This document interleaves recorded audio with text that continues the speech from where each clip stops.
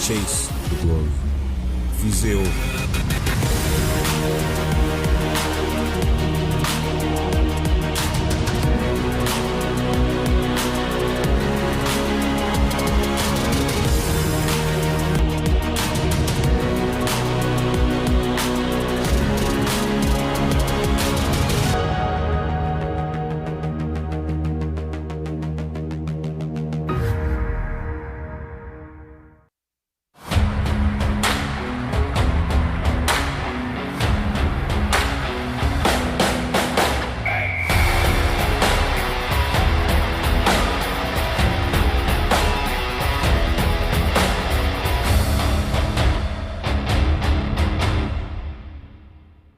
Sports on CBC, presented by l'U-Sport à Radio-Canada, une présentation du gouvernement du Canada, the Government of Canada.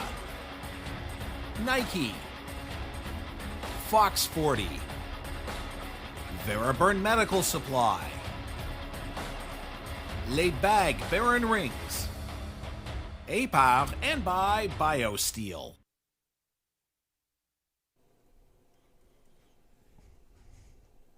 Oyate, Dene, and Inuit, and on the national homeland of the Red River Métis.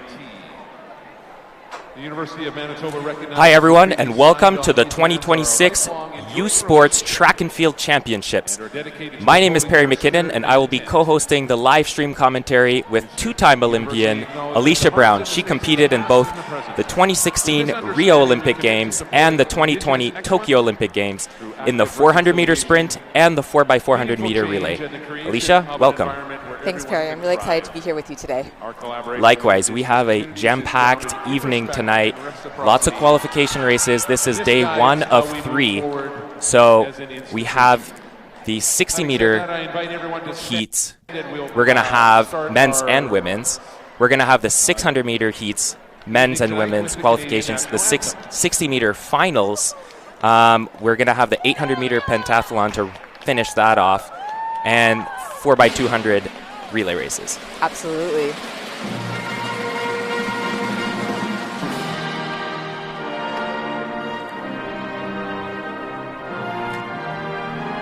So most championships won by Windsor Lancers. They have come out with 11 historically.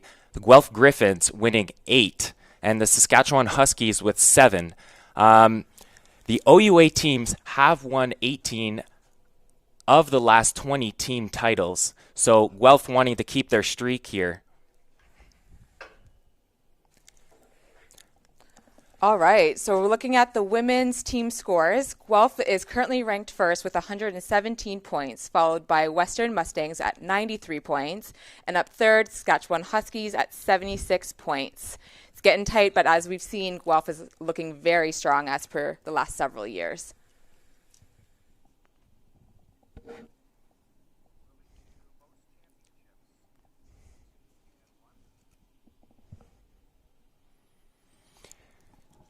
Most championships won by the Guelph Griffins with 10, the Windsor Lancers with 9, and the Manitoba Bisons with 7. Guelph won 7 of the 7 straight titles from 2017 to 2024, actually broken up by the Western Mustangs last year in an upset. So definitely Guelph wanting to reclaim that title this year again and keep a good streak going.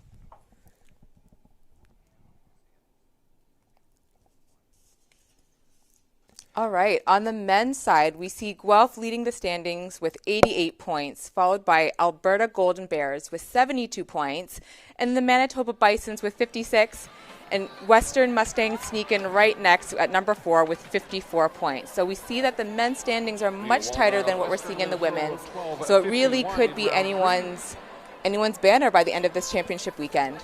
Absolutely. Every point matters here, and the athletes are going to have to be giving it their all.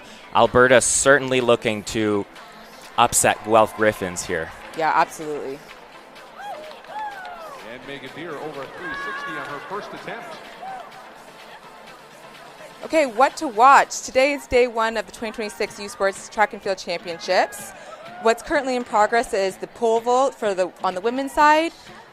Next up, we've got the women's 60-meter finals, the 60-meter prelims, as well as the 60-meter men's prelims. And then we'll close out the show tonight with the women's Pent 800. Very, very heavy track night.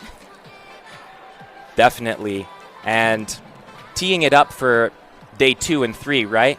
At least in the 600, 60 meters is going to be closing it out. But a lot of these athletes are doing more than one event, right? And some are even doing 3, 4, 5, 6, and even 7.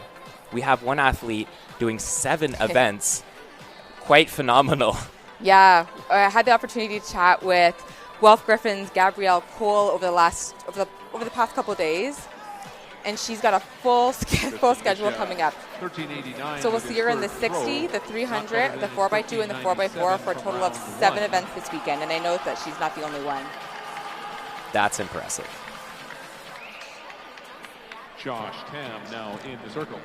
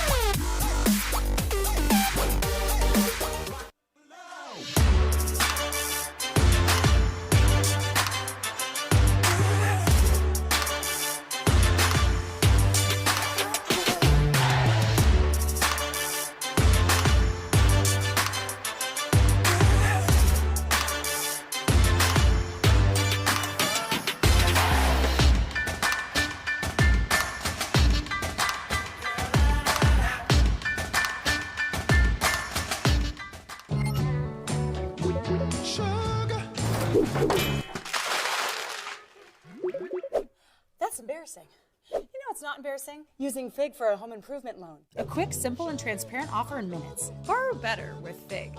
Le sport en direct sur icitout.tv. 100% énergie. 100% gratuit. Votre meilleur plan de match pour voir des performances exceptionnelles. Des athlètes de grand talent. Des sports de haut niveau. Tout ça sur l'appareil de votre choix. C'est simple et gratuit sur icitout.tv. Hey, U Sports fans, check out shop.usports.ca for this week's promotional item from the Nike Team Collection. Visitez le shop.usport.ca pour en profiter de la promotion de la semaine de la collection Nike Team. Okay, we'll take over the lead of the heptathlon. The 1381 and 717 points. Tristan Misha with 727 points with his 1397. He'll be in third, but it'll be a tighter race in the men's heptathlon.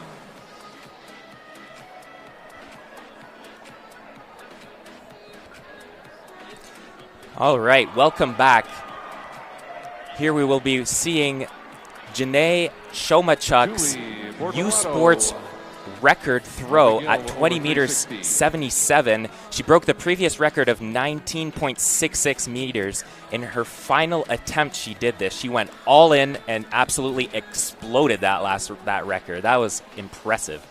That feels like no surprise. Janae is the winner of the 2026 Canada West Women's Field Athlete of the Year and also won the Outstanding Performance of the Meet from her Canada West performance. So big things coming, and I'm for Janae. Absolutely, and definitely representing the Lethbridge Pronghorns well. I actually had the chance to speak with the throws coach at the University of Sherbrooke, specifically about the weight throw and how that can translate to the hammer throw. He said that the turning radius is much tighter on the weight throw, and so you don't get as much rhythm, as much velocity, so it's a lot more strength-based. A much more strength-based approach to throwing. So definitely different throw from the hammer, but she can certainly use those qualities towards the hammer throw, outdoors. And definitely has a bright future ahead of her. That was a fantastic performance she put on.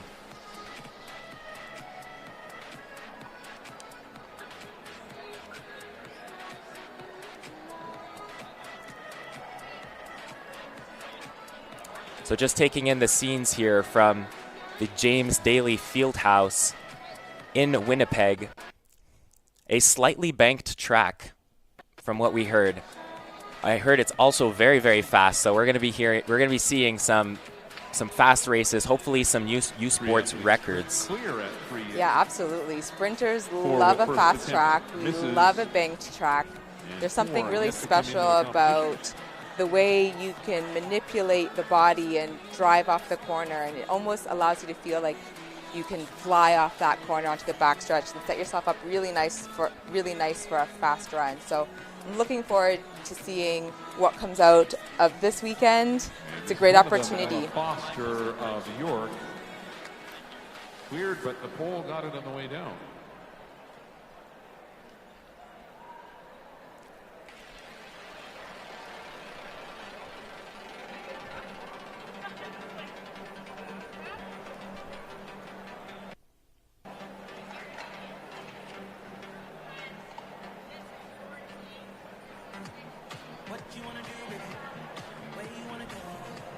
So currently live, we have the women's pole vault underway.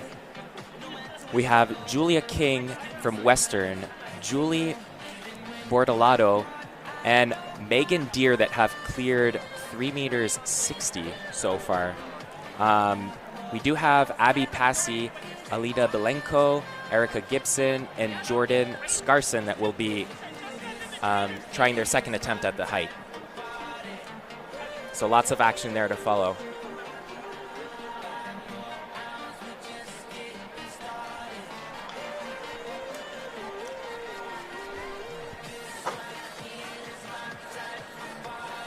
CBC Sports is Canada's home for university sport. The best university swimmers in Canada are in Markham at the 2026 U Sports Swimming Championships.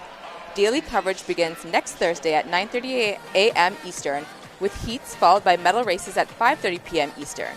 The 2026 U Sports Swimming Championships exclusively on CBC Gem, CBCSports.ca, and CBC Sports YouTube.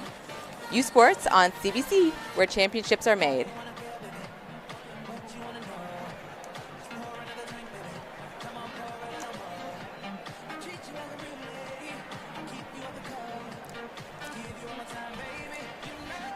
So that was Abby Passy on her second attempt. Unfortunately did not clear the bar at 3 meters 60. So we'll be following up with Alina Belenko, I believe, from the York Lions.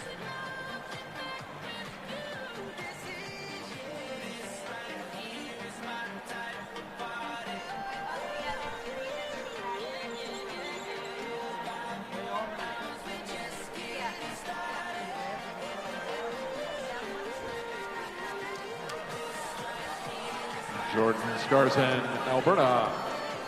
Women's pole vault, second attempt at 3.60. So we've got Alberta on the pole vault, second attempt at 6.02. 3.60, and that was Jordan Scarson with the second failed attempt. Unfortunately, she just missed that.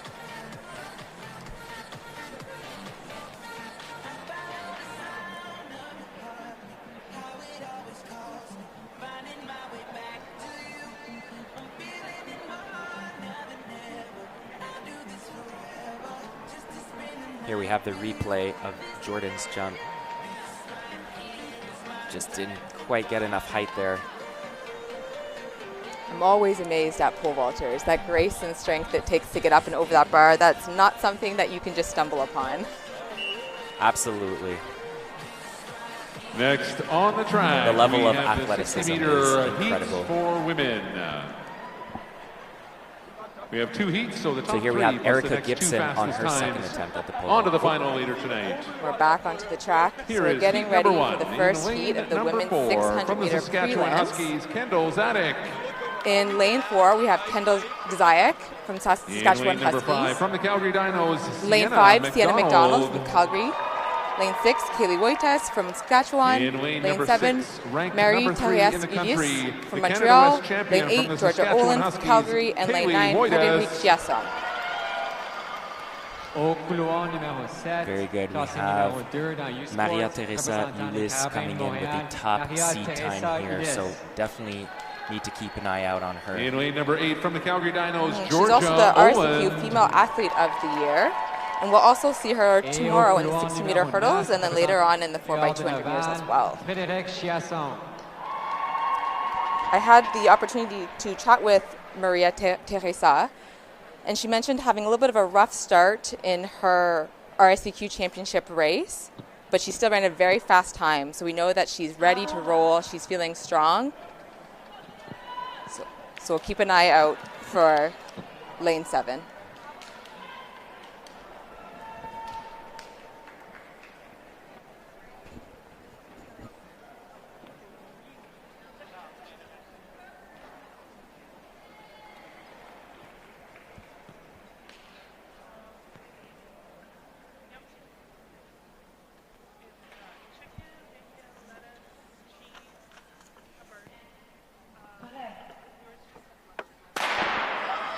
Underway And heat they're off number to a 1. clean start. Whitest in the middle, Ulysse on her outside.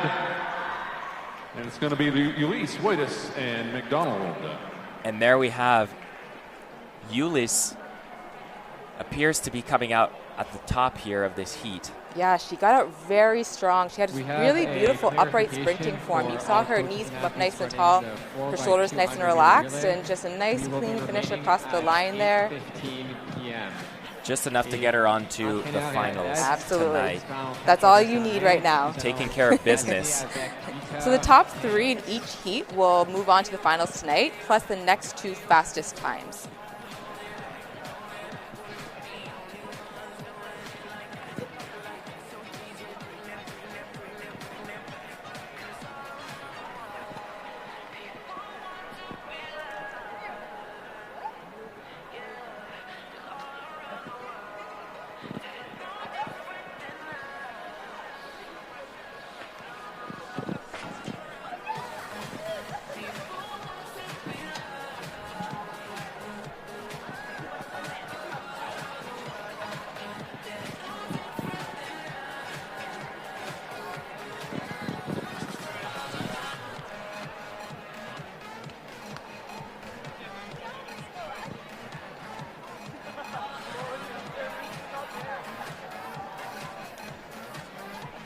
Update from the pole, Alina Malenko of York clearing on her second attempt.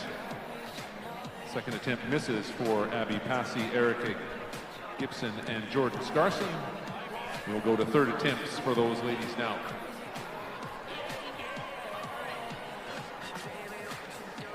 So we're preparing for heat 2 of the women's 60 meter. In lane 5, we're going to have Gloria Etten. Lane 6, Hannah Haggerty. Lane 7, Julia Vallée. Lane 8, Gabrielle Cole. Lane 9, Janice Smickel. Yeah, and we've got Gabrielle Cole. She's currently ranked first coming into the race this weekend. She'll be chasing that U23 national record of 7:19, which is certainly in her wheelhouse, running about a tenth of a second off this season already. So big things likely to come for Gabrielle this weekend. Again, these are the heats, so they're just looking to do just enough to get onto the next phase. Again, the top 3 in each heat, plus the next 2 fastest times advance. Section number 2 of our 60 meters for women. In lane number 5, from the Toronto Varsity Blues, Gloria Edem. In lane number 6, from the Saskatchewan Huskies, ranked number 5 in Canada, Hannah Haggerty. Au couloir numéro 7, classé numéro 4 à U-Sports, représentant les Carabins de Montréal et aussi championne de RSEC, Julia Vallée. In lane number 8, the OUA champion, the number 1 ranked runner and the 2-time silver medalist in this event, from Guelph, Gabrielle Cole. And rounding out heat number 2 of the women's 60 meters, from the University of New Brunswick Reds, Shanice Smilky.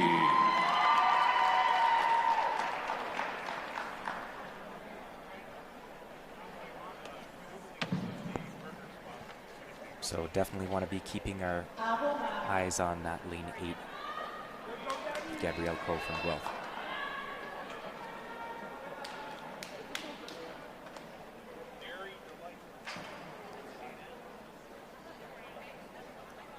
Gabrielle is known for having a really strong start, so keep an eye out for that.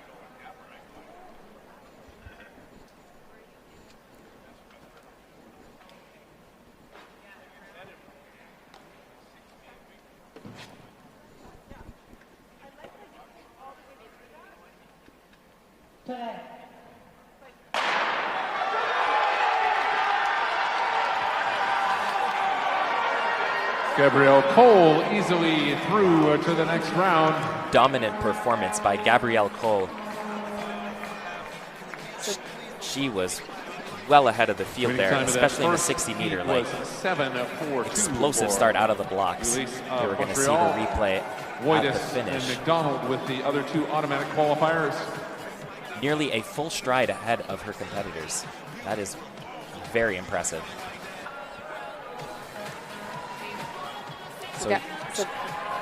So Gabrielle came silver in this event last year behind defending champion, behind Vivian Ogora of Western, now an alum. So the top ranked spot is wide and open for the taking. There are quite a few women in the ranking, so we'll tune back in a couple hours for that 60-meter final.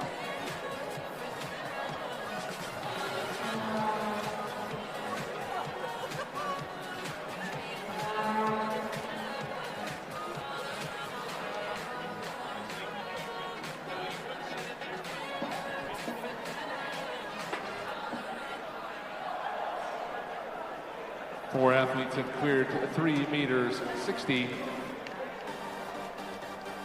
And we lost 3 athletes at that height.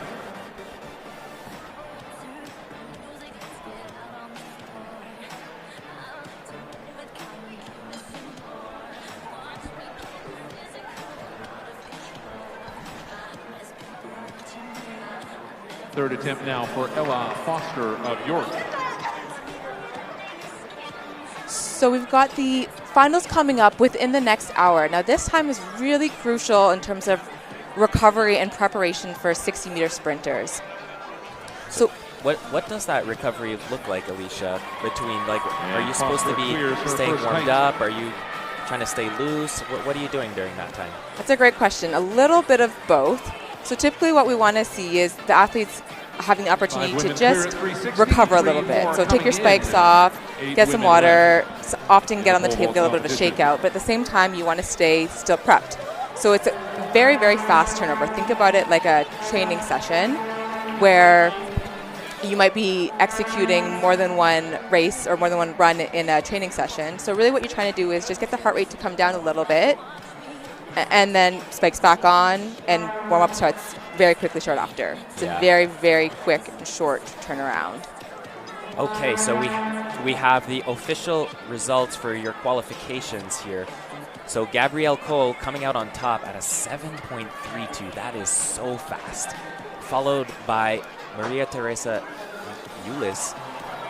We have Kaylee from Toronto, Sienna from Calgary, Hannah from Saskatchewan, Georgia from Calgary, and to round out your top 8 that we will be seeing again tonight in the finals, we have Kendall. So the men are on the track getting ready for the first heat. So Gabrielle Cole with the best time in the first 2 heats at 7.32. Relays at 7.42, Kaylee Woitas.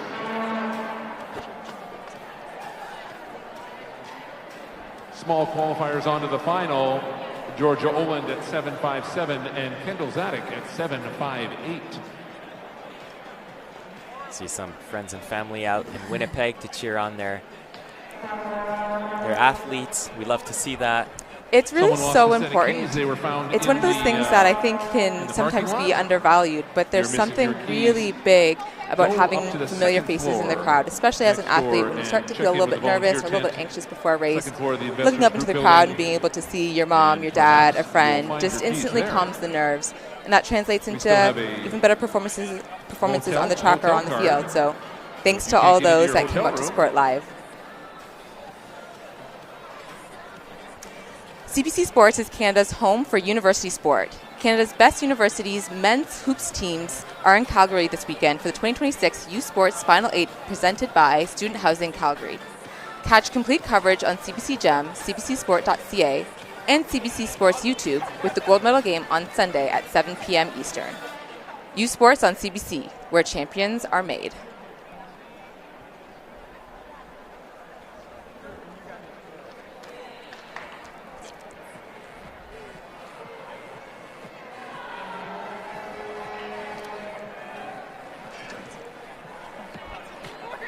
I want to thank So, CBC Sports Alicia, for being I'm here. curious, Catch every exciting moment of U Sports Championships. what percentage would you on CBC attribute Gem to and CBCsports.ca. the start in the 60 meter? The U Sports It's such a short Championships race, action is and you exclusively don't really have time to get into your CBC full Gem speed. and So, CBCsports.ca. just how important is that start? Thank you for being here. The start in a 60-meter race is arguably the most important part of the race. There's not a lot of room for error over 60 meters, and so setting up a really strong, explosive block start really sets you up for success. It allows you to drive out nice and strong and smooth, get your hips underneath you to get nice and tall. And when you think about sprinting, being tall, being relaxed is being fast. And so a good block start really sets up the foundation of a strong race.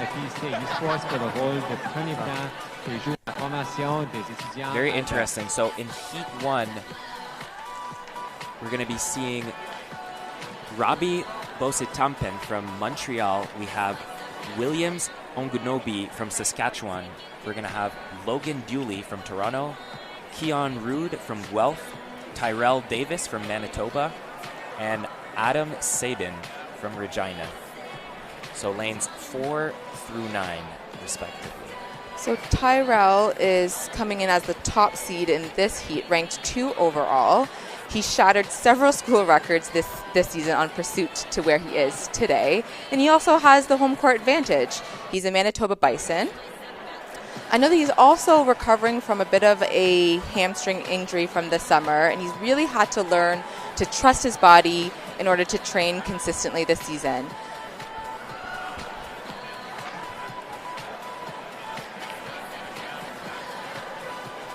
Yeah, something to keep in mind. A lot of these athletes don't necessarily get through a whole season.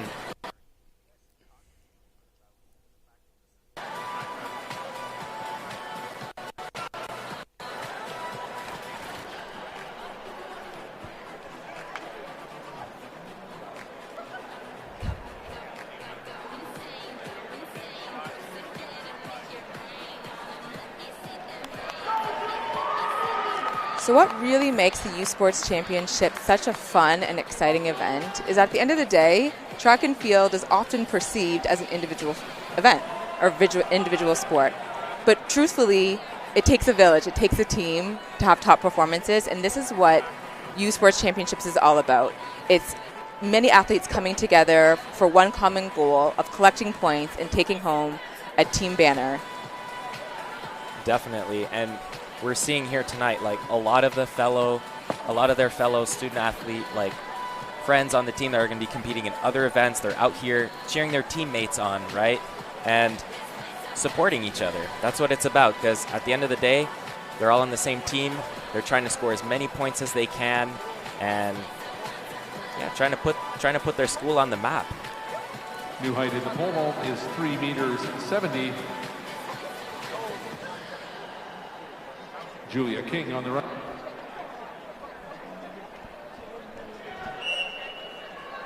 Okay, so track is closed. Next on the track, we'll have the 60-meter and dash. athletes are taking off their warm-ups, getting ready to get into their blocks. Top 3 plus the next 2 fastest on to the final later tonight.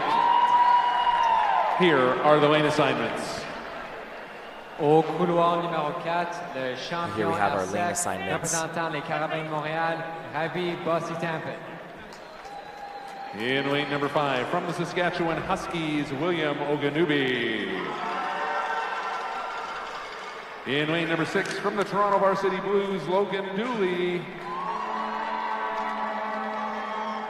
With the 3rd fastest time in U Sports this year, from the Guelph Griffins, Keon Rude. 2nd fastest time in Canada belongs to the Canada West champion from Manitoba, Tyrell Davis. Big cheers for Tyrell Davis here. And in lane number 9, the final competitor in heat number 1 from the Regina Cougars, Adam Sieben.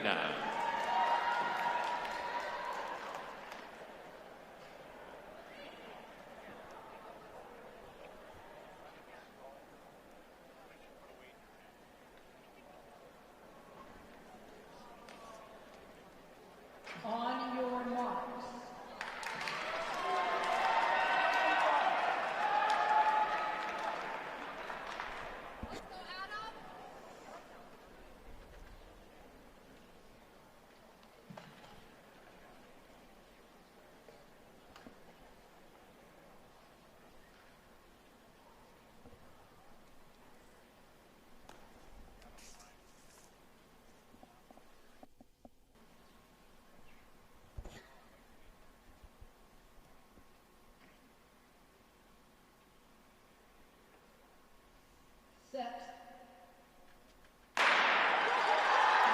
Section number 1 underway. Dewey with a good start.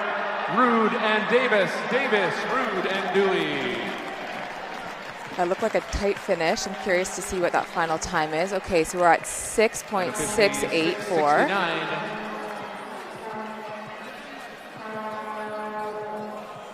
Here, we'll get a better look at the replay here. So it does look like Tyrell comes out on top here. Yeah. Yep. Definitely. He looks happy. Yes, the way he's celebrating. So he'll be moving on, and we'll be seeing the official results here for your next 2 auto cues, and then of course we'll have to wait for the next 2 best times. But Tyrell Davis taking care of business, ensuring his spot into the final. So now on to Heat 2. Prelims, we have our lane assignments. So Zachary Hood in lane 3 for Laval. We have Tyler Milev from Calgary in lane 4. Olufemi Ikinloye from Regina in lane 5. Cameron Christian from the York Lions in lane 6. And Travis Campbell for the Guelph Griffins in lane 7. So coming in with the top seed time is Travis Campbell in lane 7. I'm curious, Alicia, he won't have anyone on his right, I believe. Correct. Does that really matter in the 60 meters? That's a great question. It's favorable to be in one of the inner lanes because it allows you to feel your competition on both sides of the track. Knowing that this is the preliminary and we've got about 5 athletes in the heat, I'm not too concerned for Tyrell or any of the other athletes. If he goes out, stays in his lane, focuses on what he needs to do, he'll set himself up well. Yes. Okay, so our official results for the first heat of our men's 60 meters. Tyrell Davis coming in at 6.67. Keon Rude in second in 6.71. And Logan Dooley in 6.77. With the auto cues. Williams, Adam, and Robbie will have to sit tight and wait here on what happens in our second heat of the men's. On the track now, section number 2 again, top 3 plus the next 2 fastest on to the final. Here are the lane assignments. Au couloir numéro 3, représentant le Rouge et Or de Laval, Zachary Hood. In lane number 4, from the Calgary Dinos, Tyler Milev. Okay, so in fact, Travis is sitting closer to the middle of the field. I think we may have missed lane 8, Kyle Contet, and lane 9, Tristan Banks. From the York Lions, it's Cameron Christian. Thank you for that, Alicia. In lane at number 7, the OUA champion, the fastest in the country this year, the 25 U Sports bronze medalist, Travis Campbell. In lane number 8, from the Saskatchewan Huskies, Kyle Conta. And your final competitor in the men's 60s, from the UNB Reds, Tristan Banks.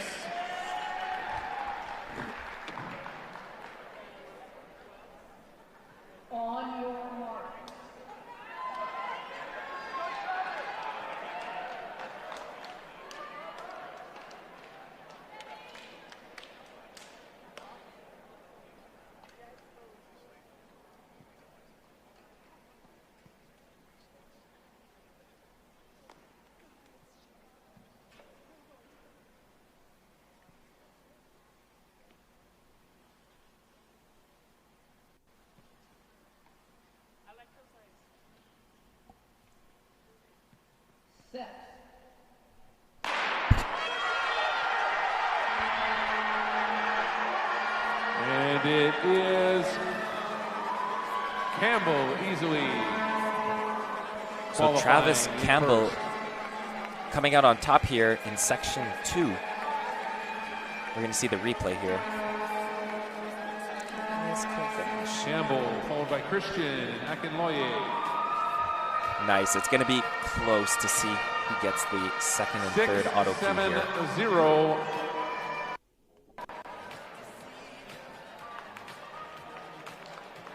Christian at 676. That was a really great start from Travis Campbell.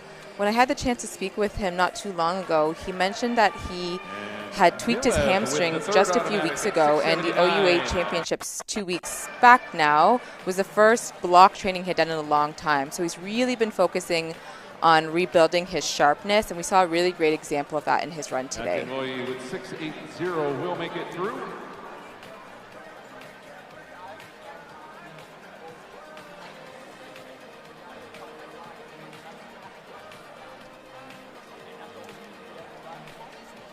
So waiting on those official results to see who gets to move on to the final.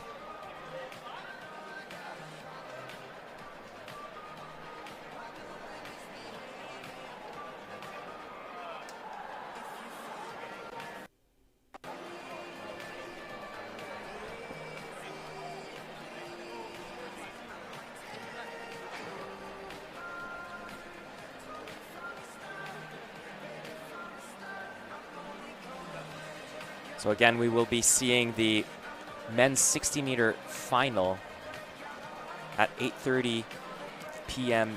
Eastern, 7:30 p.m. local time in Manitoba.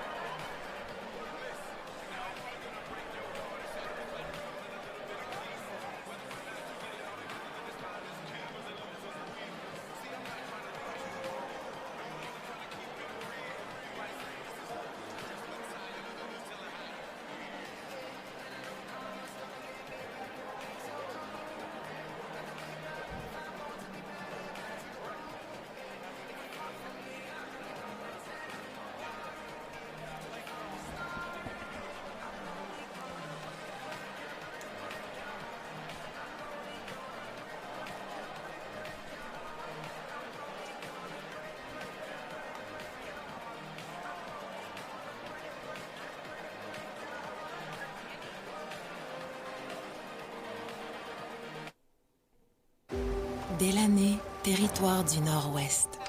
Le berceau du hockey. On y trouve une communauté riche en histoire et en tradition que Quaker voulait surprendre avec une toute nouvelle cantine déjeuner Quaker dans son aréna. En plus d'offrir notre avoine canadienne à grains entiers, la cantine est maintenant l'endroit pour se rassembler, manger et célébrer. Nous sommes fiers d'alimenter la passion du hockey dans son village d'origine. Parce que peu importe d'où tu viens, t'es capable. Thirsty? With 5 essential electrolytes and 0 sugar, BioSteel is the game changer you've been looking for. All of the good stuff with no extras and no gimmicks, just clean, healthy hydration. Trusted by pro athletes since 2009. Steel sharpens steel. It's not just about the victory. It's about the moments leading up to it. BioSteel, the fuel behind every victory.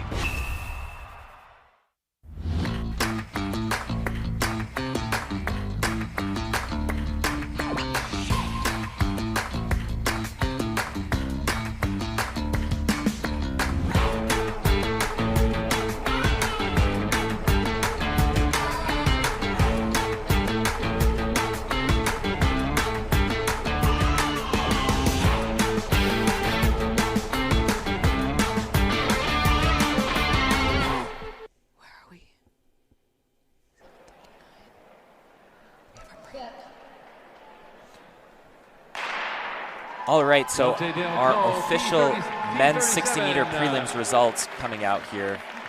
So Tyrell Davis from Manitoba getting the first auto cue. Travis Campbell from Guelph with the second. Keon Rude from Guelph. Cameron Christian from York. Logan Dooley. Tyler Milev. Olufemi Akinyole.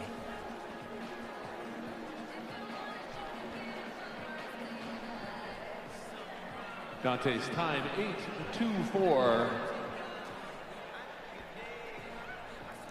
CBC is Canada's home for university sports action. The nation's top university women's basketball teams are in Quebec City this weekend for the 2026 Sun Life U Sports Finals, Final 8, presented by Michelob and Hilton Quebec. Catch complete coverage on CBC Gem, cbcsports.ca, and CBC Sports YouTube channel. The women's gold medal game will be broadcast on CBC's digital platforms on Sunday at 5 p.m. Eastern. U Sports on CBC, where champions are made.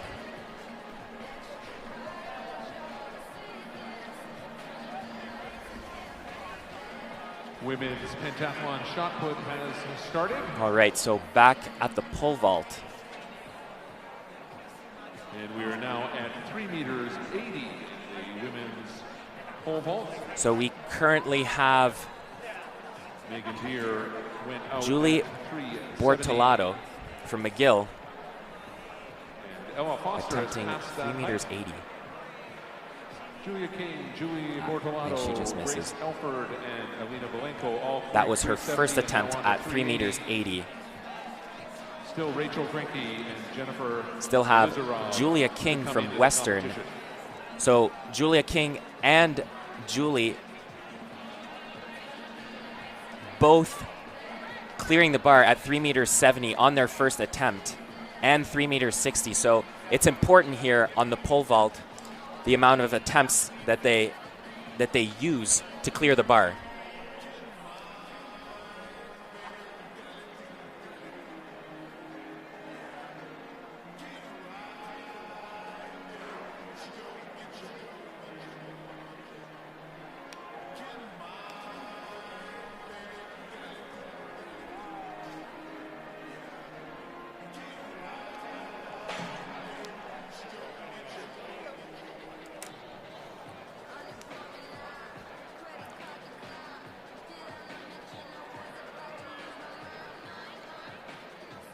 Updated point standings from the men's heptathlon. All right, so Julia King from Western here attempting 3 meters 80 for the first time. 23:86.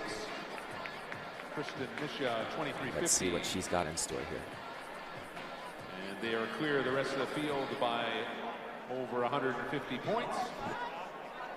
Desoleil, Berard, McGonigal, next three.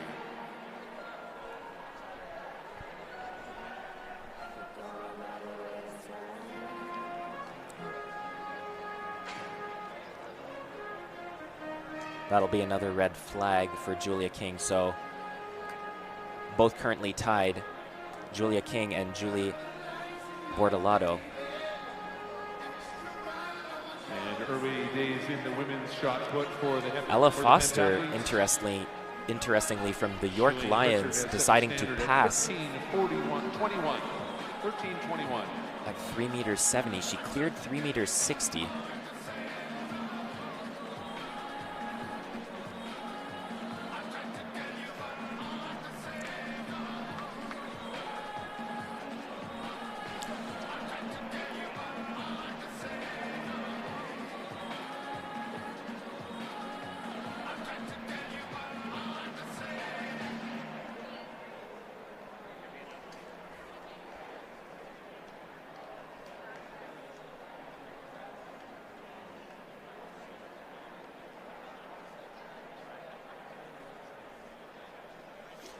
Hi everyone, my name is Perry McKinnon and it is my pleasure to be covering the live broadcast commentary here, co-hosted with Alicia Brown, two-time Olympian, competed at the 2016 Rio Olympic Games and the 2020 Tokyo Olympic Games in the 400-meter sprint and the 4x400 meter relay.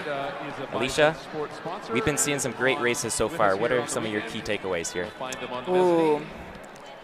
I love a good sprint event, so I'm really excited that the championship starts off with such strong events in the short sprints. I'm really looking forward to seeing what happens shortly in the 60-meter finals.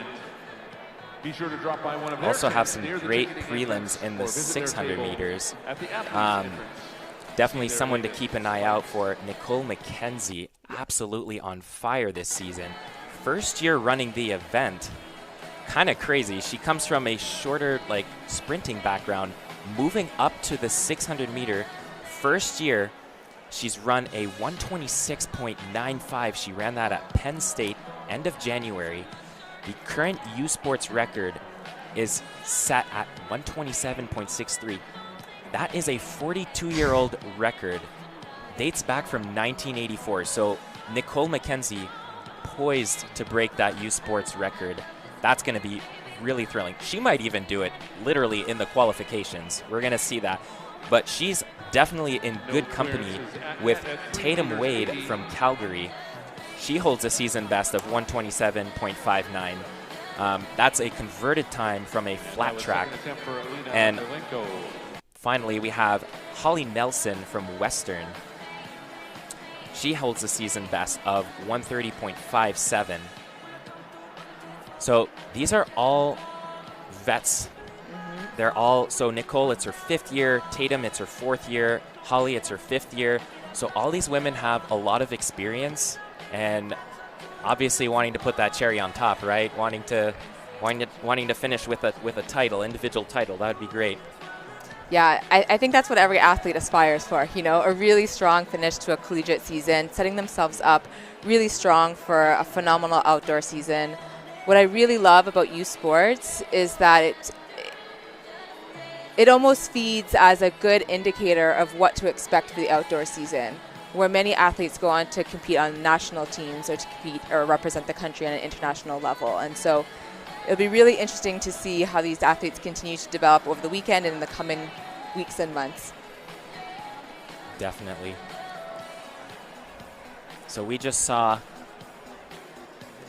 that was Julie Bortolato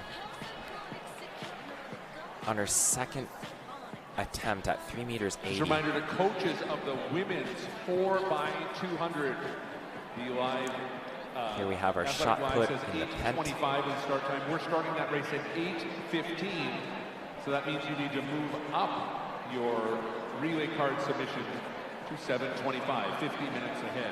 So that race, the 4x200 for women at 8:15. Coaches.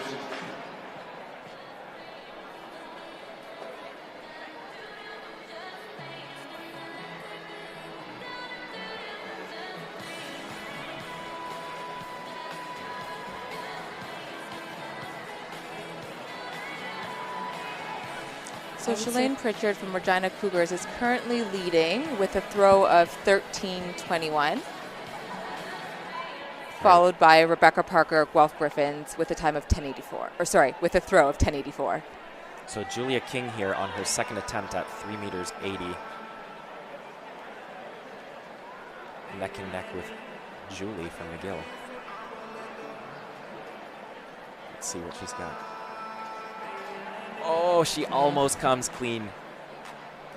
Just missing a little bit of arc there.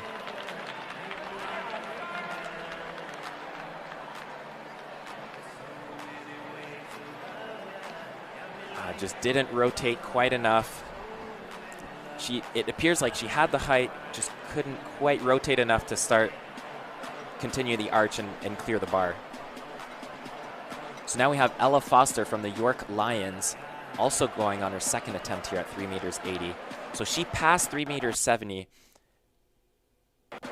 hopefully wanting to conserve energy for the 3 meter 80 height.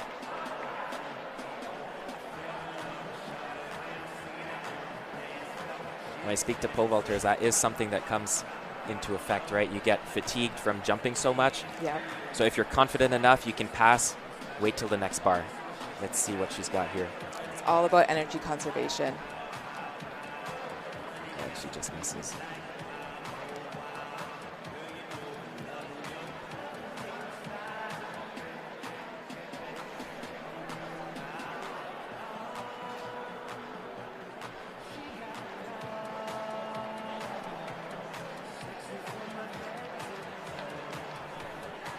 So we also have Grace Elford from the Windsor Lancers attempting at 3 meters 80.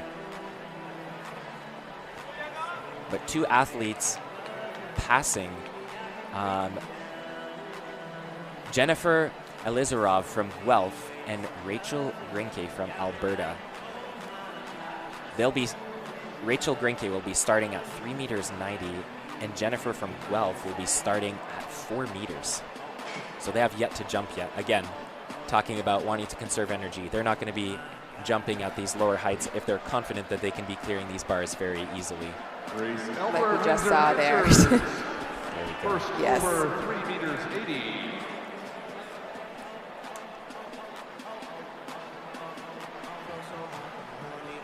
Really beautiful. So much space there. Yeah, there was a lot of daylight between her and the bar.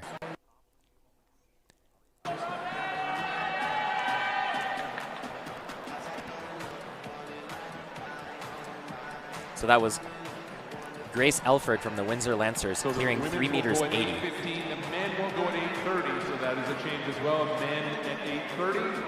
Back up from that 50 minutes to get your relay cards in, please. That is what is currently online. 8:15 for the women and 8:30 for the men for the relay. Shot put.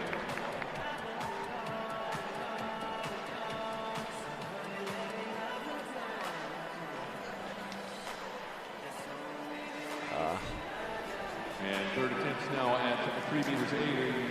So third attempt down for Alina Belenko from the York Lions. That'll be it for her. And we're through one round in the women's shot put for the Just couldn't pentathletes, showing quite Pritchard get a with the clean best throw, takeoff there. 13:21. Robin Selkirk at 10:92 and Rebecca Parker at 10. So Julie from McGill on her final attempt at 3 meters 80.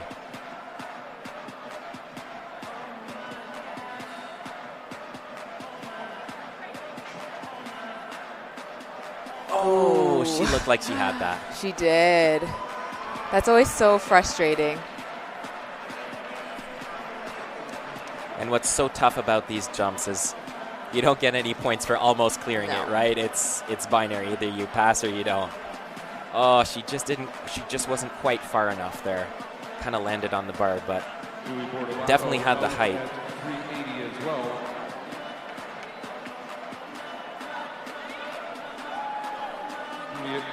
Julia King of Western will be next.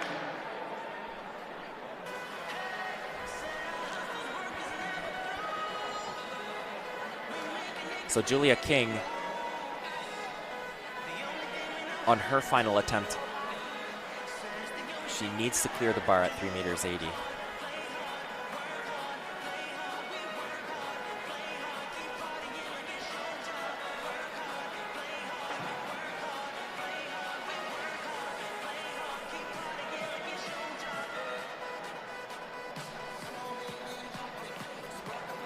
So that was Shalane Pritchard from Regina in the pent shot put. She fouled there.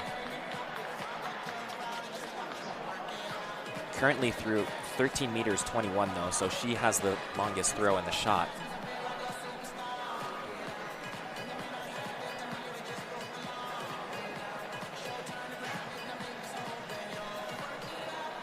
So Julia King here on her final attempt.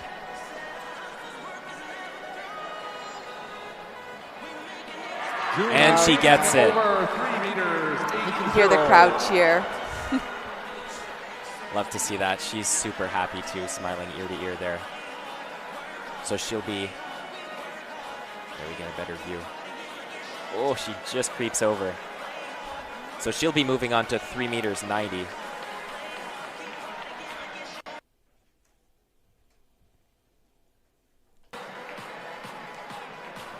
Well, Ella Foster from the York Lions will be doing her final attempt at 3 meters 80.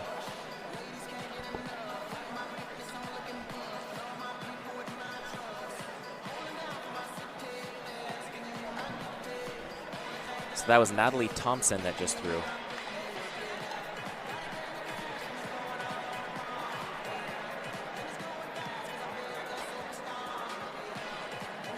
And Ella Foster out at 380. Grace Alford and Julia King cleared 380.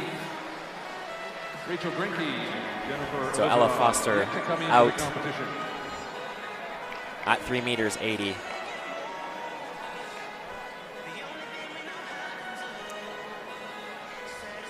So currently throwing in the shot, we have Rebecca Parker from Guelph.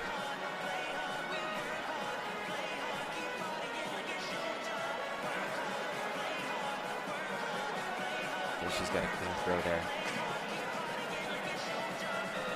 She threw 10 meters 84 on her first attempt, and it's clean. We'll see what she does here.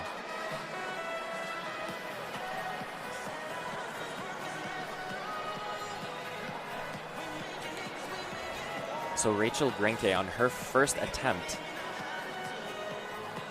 at 3 meters 90. So this will be her first jump of the championship. What a height to enter at.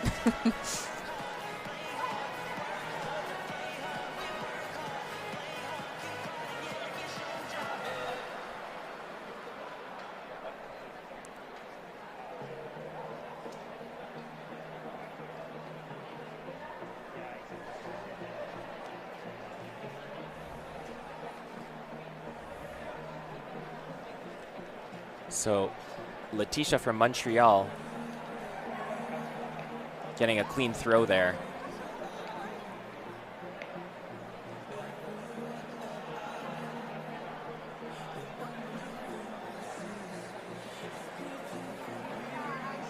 So she threw 8 meters 67 for her second attempt. She threw 9.23 meters on her first. Didn't quite get as much distance there. So back at pole vault with Rachel Grinke.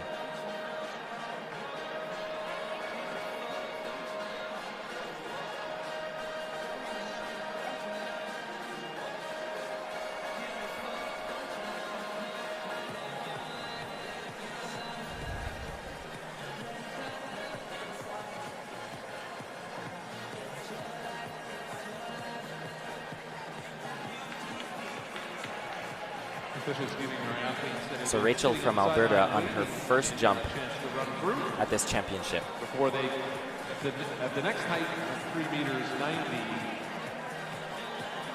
Attempting 3 meters 90. You can see that focus and concentration in her eyes. I'm sure she's thinking through all the little technical cues before she makes her first attempt.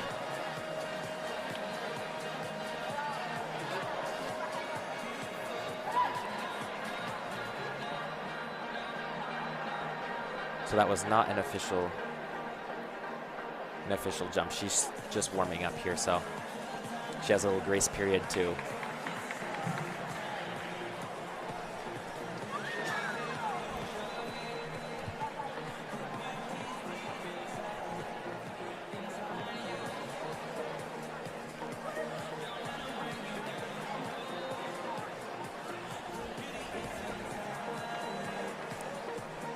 So Rachel getting familiar with the runway there.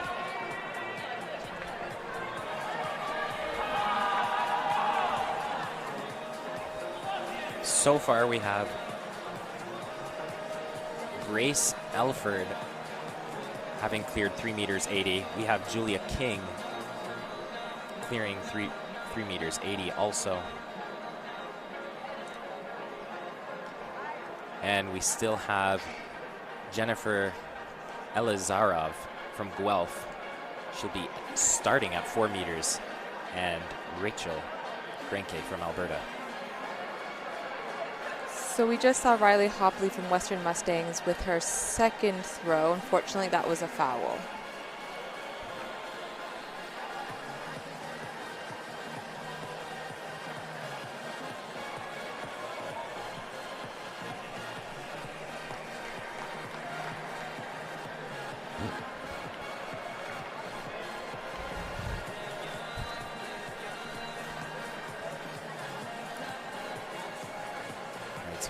Julia King's first attempt at 3 meters 90.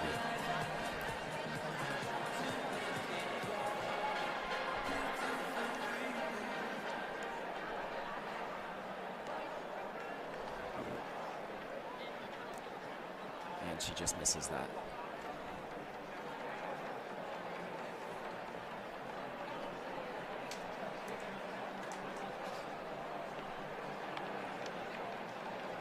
Didn't quite get fully rotated there.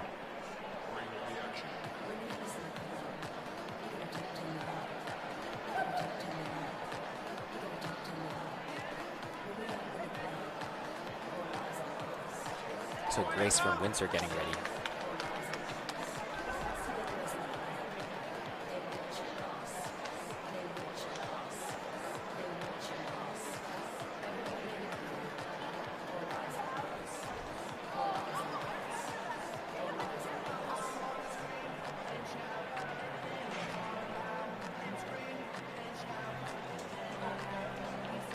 So that was Liana Roy with the throw in the pent.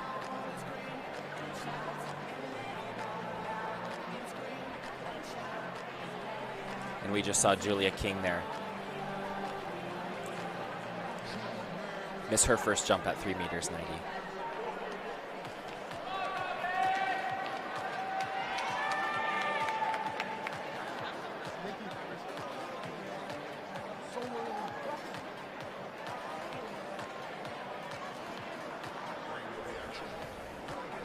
So Liana Roy from Laval bettering her throw at 10 meters 7.3.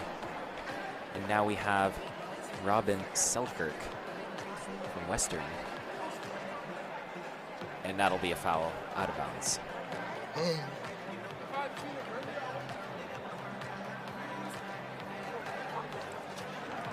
So currently leading the charge in the shot put for the pent, we have Shalane Pritchard with 13 meters 21.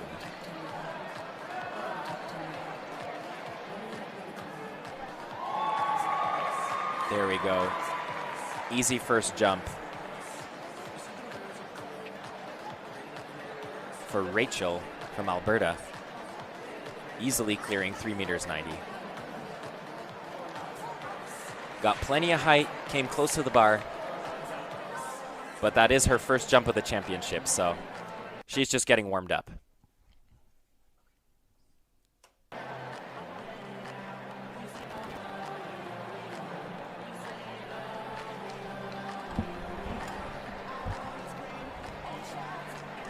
Riley Robitaille from Windsor with a throw of 11 meters 101. Very close to her second throw. She threw 11.09.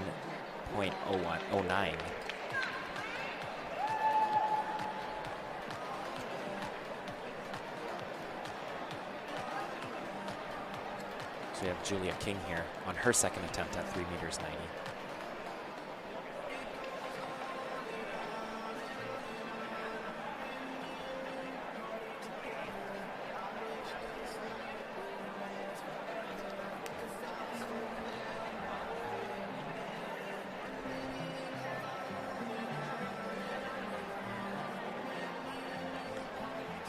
So Julia King missing her second attempt there.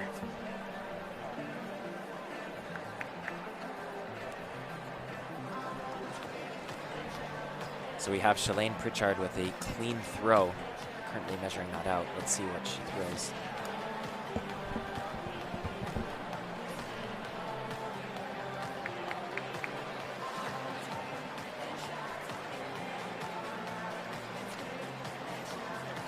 Oh, she threw 13.08 meters.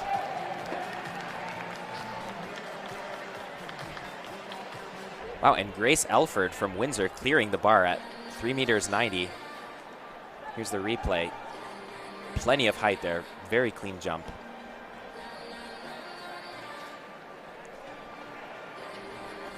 So now they'll be moving the bar in increments of 50 centimeters. So the next attempt will be 3.95 meters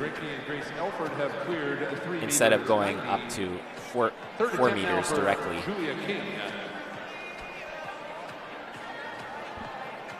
So Jennifer will, from Guelph, will still be waiting as she's set to start at 4 meters.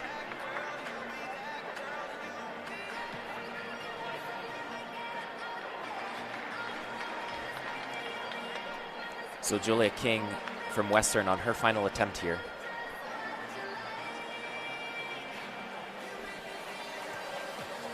She has her Western teammates there. Keeping a watchful eye.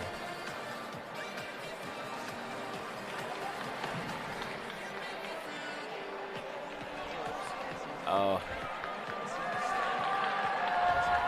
So that'll be it for Julia King out at 390, but from Western. At 380 for her.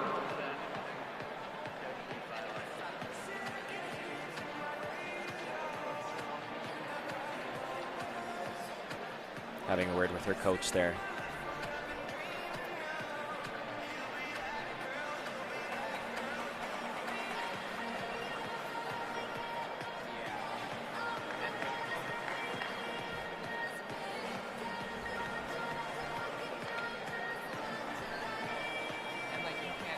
So back to the women's pent shot. We have Natalie Thompson.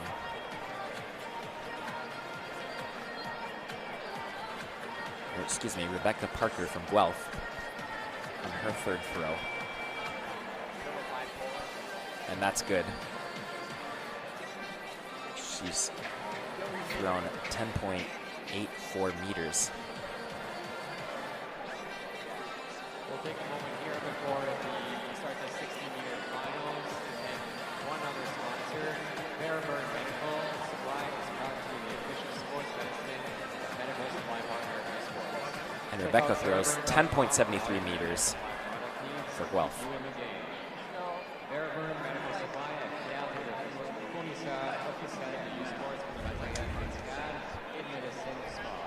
Rendez-vous sur bearburn.com et retrouvez tout le matériel médical nécessaire pour rester dans la course. This guy, like, must just be surrounded by absolute fucking when he's not around. So we're going to have the women's 60-meter final coming up in 7 minutes at 7:15 p.m. local time,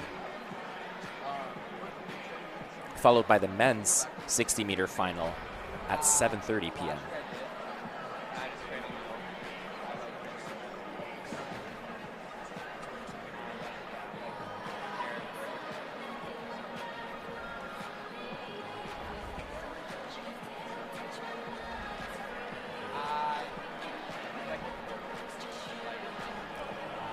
So definitely those 60-meter finalists are going to be kind of wrapping their warm-ups up, getting ready to hit the track soon.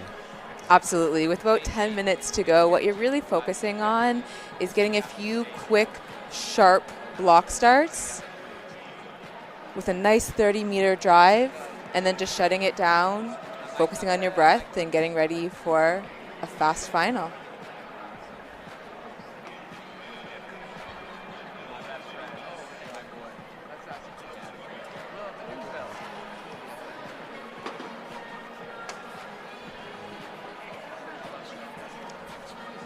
So that was Grace. So she passed 3 meters 95, went straight for 4 meters. That was her first attempt at 4 meters.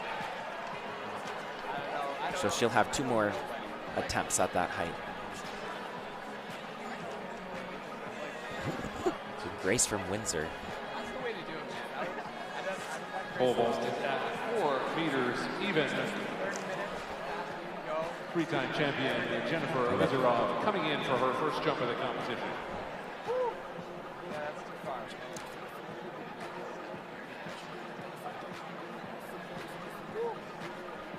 So Anya Kruger there with her throw from Saskatchewan. And it's good.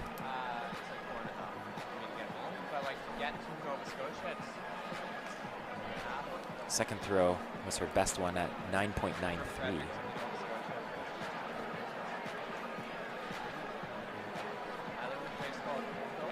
There we go. Jennifer Elizarov on her first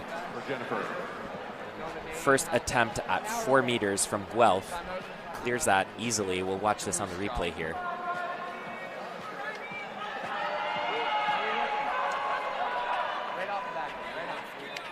So she'll be happy to get that first jump out of the way, get those nervous jitters out, and now she can find her groove here. Nothing good happens. Nothing productive. No. Well, no, I've heard that the only two places that's not just jokes and wrong is disaster and done.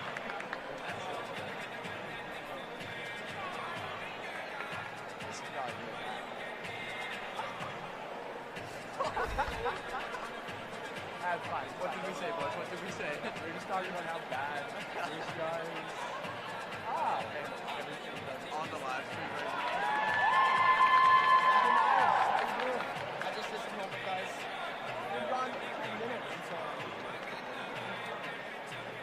I actually got something to do tomorrow. Is that the assignment you said you were going to do today? Yeah. Second attempt for Grace Elford at 4 meters, not successful.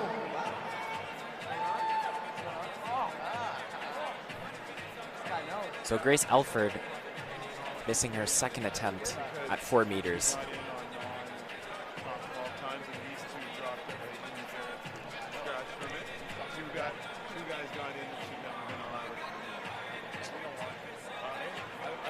So earlier this evening, we saw Lethbridge's Janae Shomachuk set a U Sports record in the women's weight throw with a throw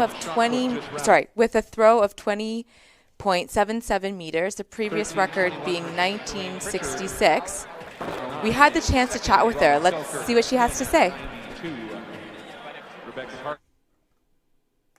And I actually used to be a multi-event athlete. I used to do pretty much everything.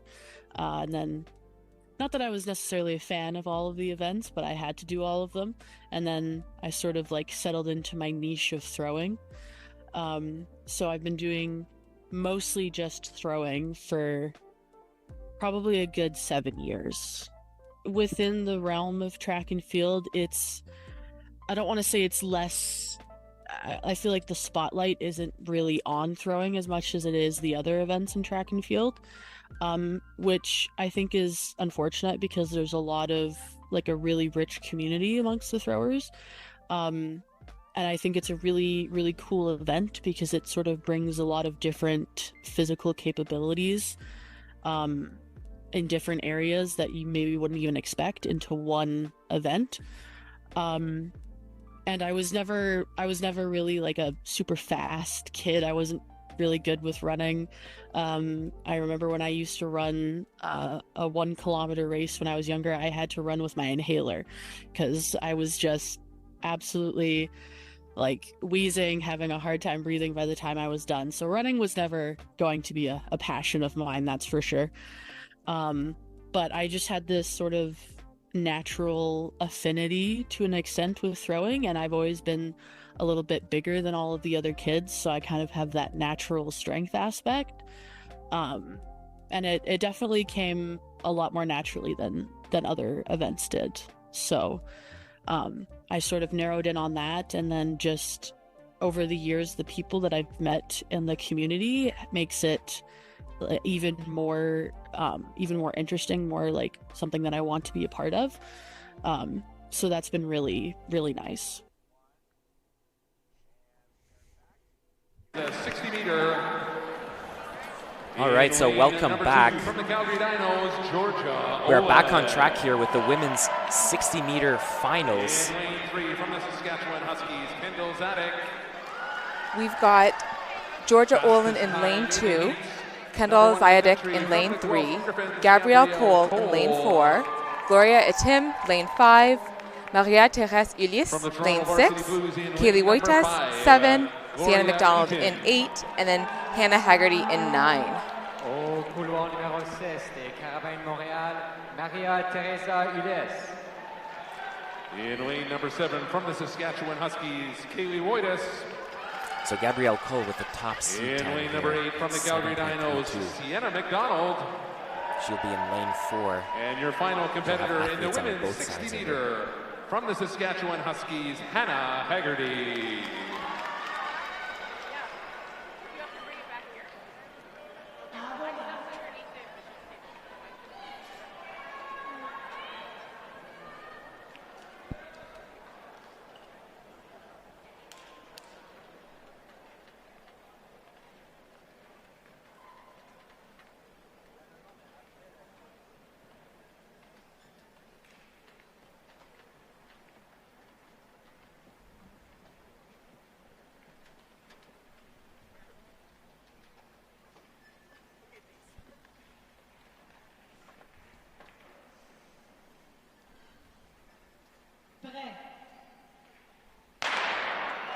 Underway for the 60 meters for women. Gabrielle Cole, well ahead of Elise. Gabrielle Cole, twice a silver medalist this year.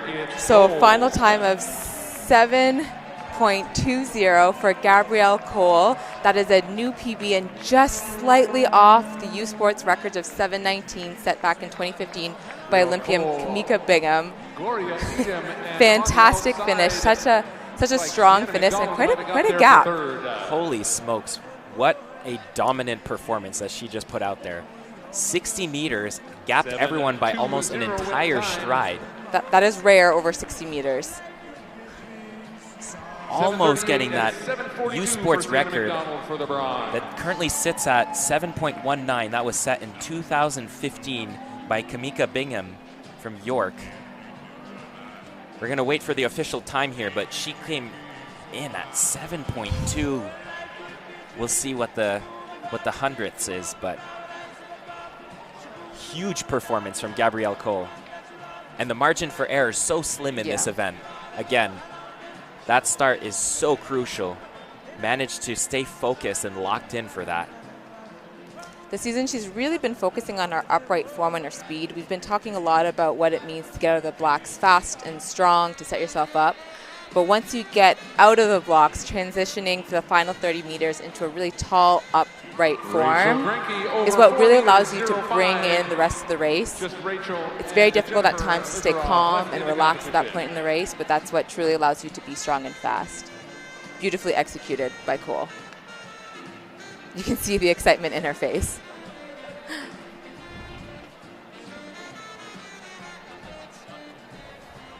Definitely, and she ought to be. That was a spectacular performance. Curious to see who the second and third place finishers are going to be to round out that podium finish. Not super clear there, but very clear that Gabrielle Cole coming out on top there. Wow.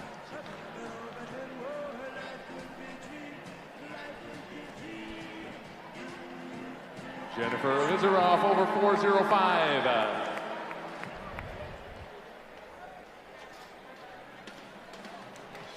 I love that. People on the track in the center watching the sprints. We've seen the venue slowly fill up more and more as we've gotten deeper into the broadcast tonight.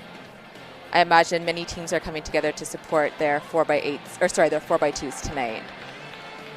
Yeah, those relay races are always electric to watch. Everyone gets really into it.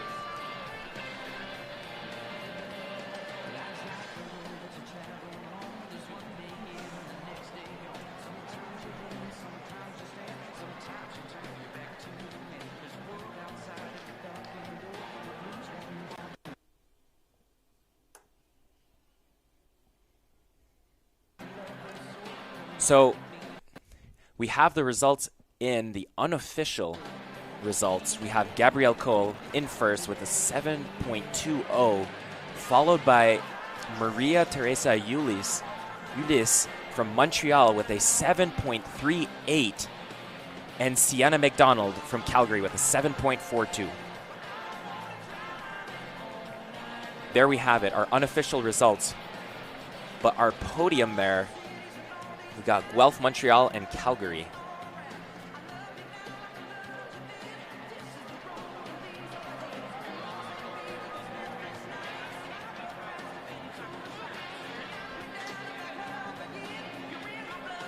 Great performance from Maria and Sienna there.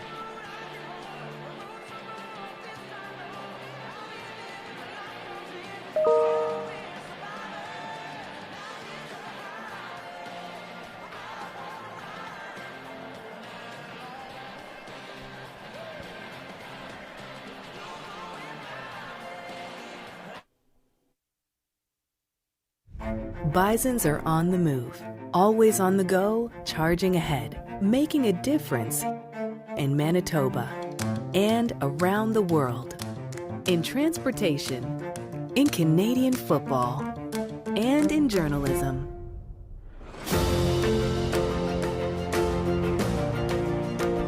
Where can you find Bisons? Right here, at the center of it all.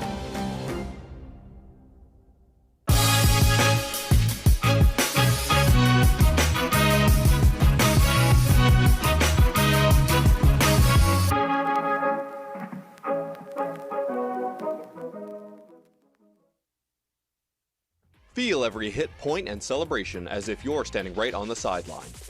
Our passionate team unlocks a world of possibilities with digital broadcasting made simple, bringing heart-pounding action directly to millions of fans. Proudly Canadian, ISI Live, be there. Feel every hit, goal, and celebration as if you're standing right on the sideline, immersing you in the game like never before, bringing heart-pounding action directly to millions of fans. We deliver unparalleled simplicity and tailor-made digital broadcasting solutions crafted to make you feel every moment in a way like never before. Our passionate team ensures your message reaches audiences reliably every time. Proudly Canadian, we bring a touch of innovation and our passion to the world stage. ISI Live, be there. Delaney, Northwest Territories, the birthplace of hockey. Here, you'll find a community full of history and tradition. A community that Quaker surprised by transforming their arena kitchen into a Quaker breakfast bar. Stocked with our Canadian whole grain oats, it's now a place to gather, to eat, and to celebrate. We're proud to feed the passion for hockey in the place where it all started. Because we believe no matter where you're from, you've got this.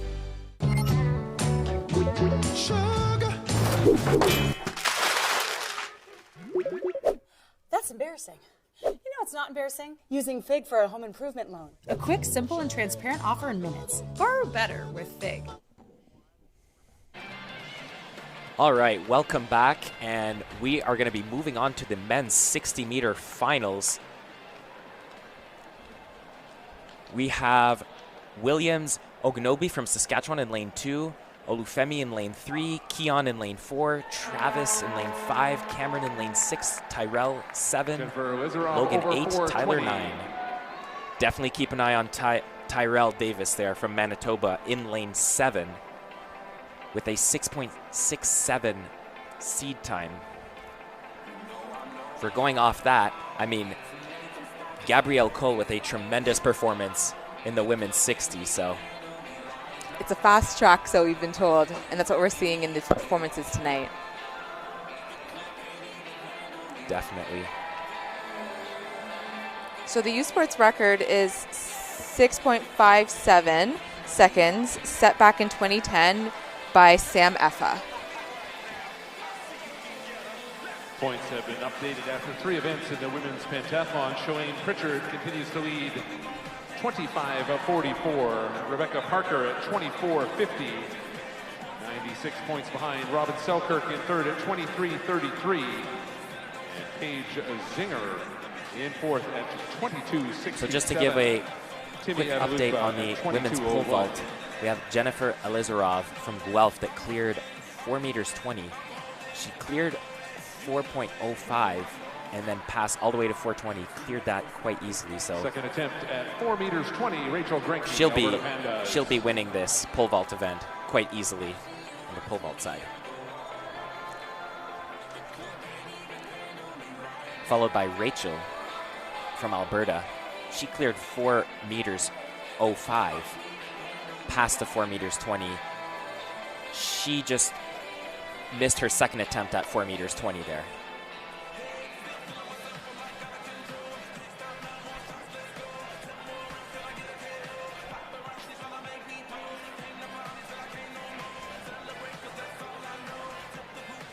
So the men getting ready for their 60-meter final here.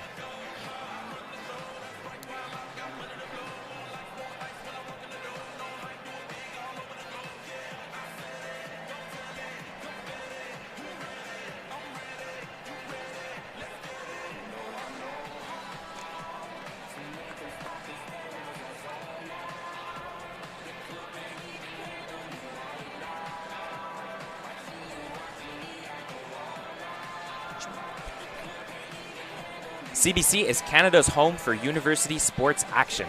The nation's top university women's basketball teams are in Quebec City this weekend for the 2026 Sun Life U Sports Final 8, presented by Michelob and Hilton Quebec. Catch complete coverage on CBC Gem, CBCSports.ca, and CBC Sports YouTube channel. The women's gold medal game will be broadcast on CBC's digital platforms on Sunday at 5 p.m. Eastern. U Sports on CBC, where champions are made. So currently, our results for today, we have University of New Brunswick 81-63 versus Carleton.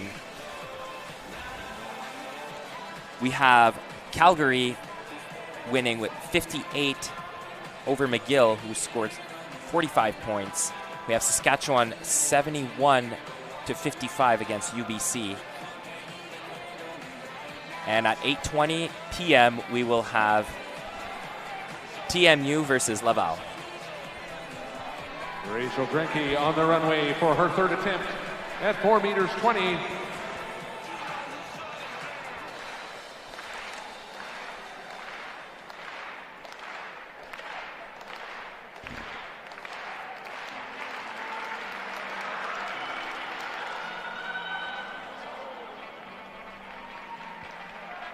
Not enough tonight for Grenke, her third consecutive silver medal in the women's pole vault at U Sports.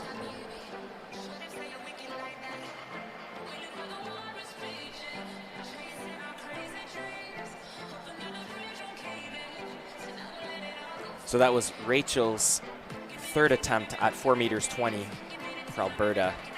She'll be settling for silver there.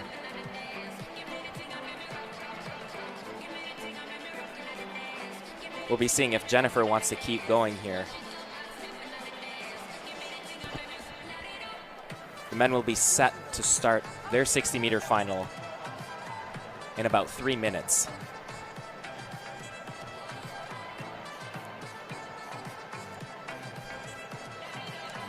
So Jennifer from Guelph wanting to pass 4 meters 25.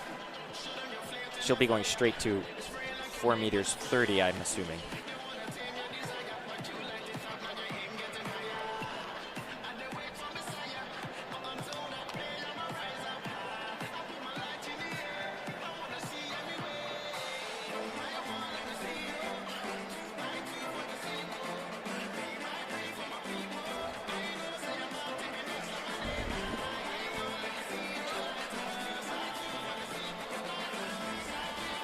We have Tyler Milev doing his last preparation there.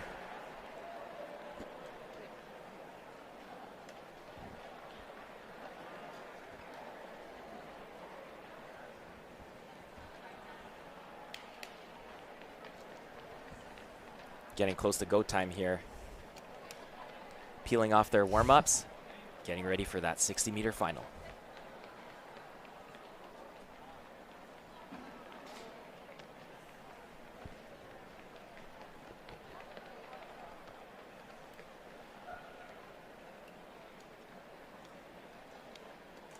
Now on the track, the final of the men's 60-meter. In lane number 2, from the Saskatchewan Huskies, Williams Oganubi. From the Regina Cougars in lane number 3, Oafemi Akinloye.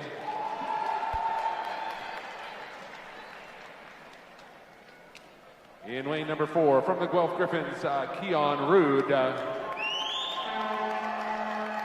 Fastest time in the heats, also from Guelph in lane number 5, Travis Campbell. York Lions, Cameron Christian is in lane number 6. In lane number 7, from the Manitoba Bisons, Terrell Davis. From the Toronto Varsity Blues, in lane number 8, Logan Dooley. And the final runner in lane number 9, from the Calgary Dinos, Tyler Milev.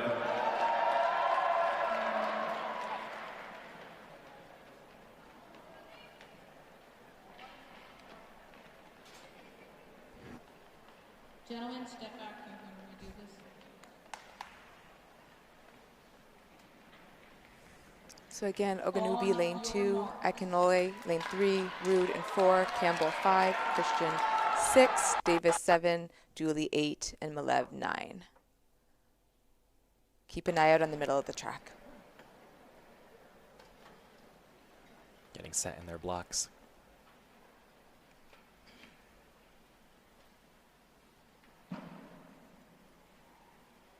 This is where you see all the little rituals come out.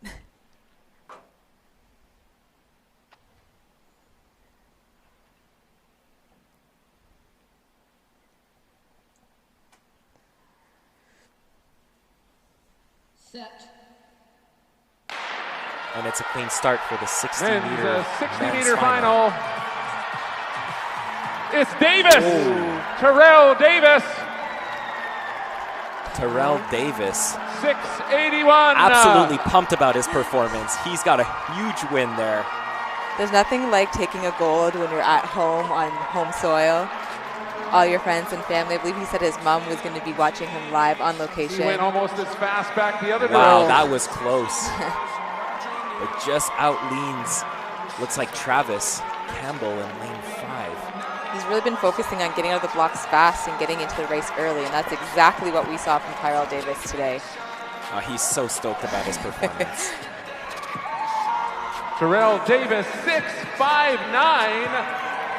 6'5'9". So just 2/100ths of a second off the U Sports record. Record. 662 for Campbell and Rude at 674. We'll see Tyrell again later on this meet. He'll be joining his fellow teammates in the 4x2. They're currently ranked first in that event. Brand new quartet looking to take home another gold medal there.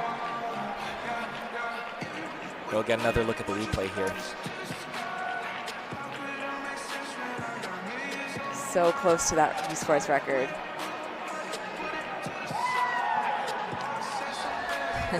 Yes, crown him. That's a spectacular performance. Just 2/100ths of a second off the U Sports record at 6.57. Sam Effa in 2010 from Calgary. When I spoke with Tyrell recently, he mentioned that he used to listen to hard rap, like hard, aggressive, upbeat rap in his warm-up to help prep him and prepare him for his race. But more recently, he's transitioned to 2000s and 2010 pop because he said it's more relaxed and that helps him get focused and calm his nerves. So I'm curious to see if he went for a rap or some pop music before his race today. Definitely, you want to be relaxed, fast, but also ready for that explosive start. Absolutely. Has some of his competitors there congratulating him, some teammates. Love to see that.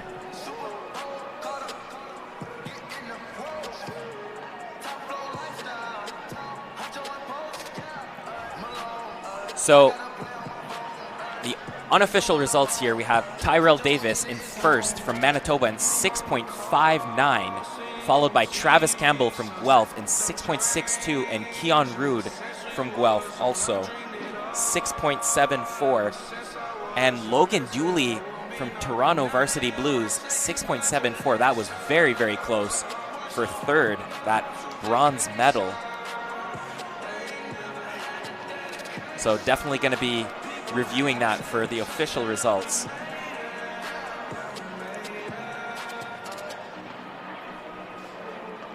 So Manitoba on top, followed by two Guelph Griffins.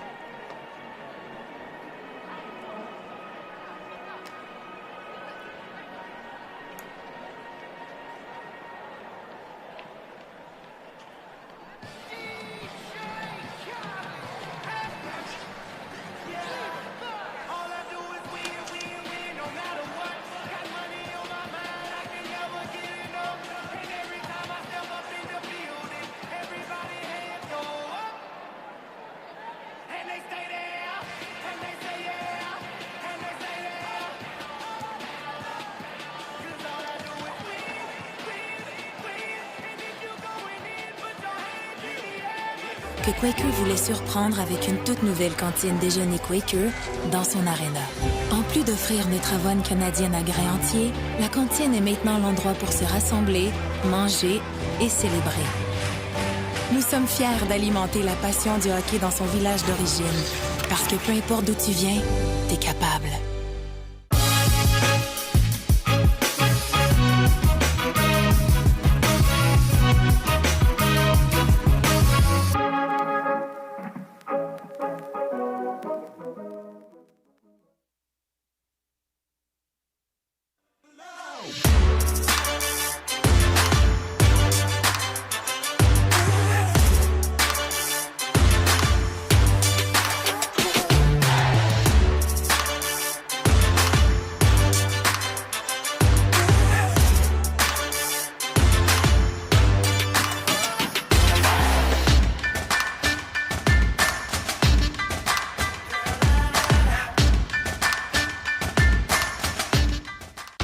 not just about the victory.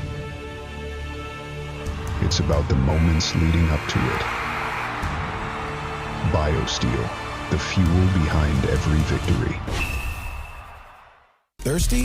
With 5 essential electrolytes and 0 sugar, BioSteel is the game changer you've been looking for. All of the good stuff with no extras and no gimmicks, just clean, healthy hydration. Trusted by pro athletes since 2009. Steel sharpens steel. Feel every hit, point, and celebration as if you're standing right on the sideline. Our passionate team unlocks a world of possibilities with digital broadcasting made simple, bringing heart-pounding action directly to millions of fans. Proudly Canadian, ISI Live, be there.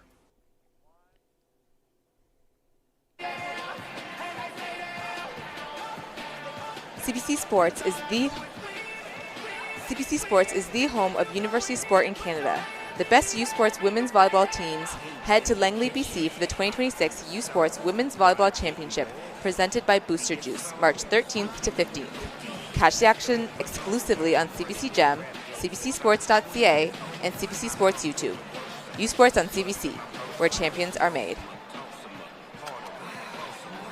Nice. So we have seemingly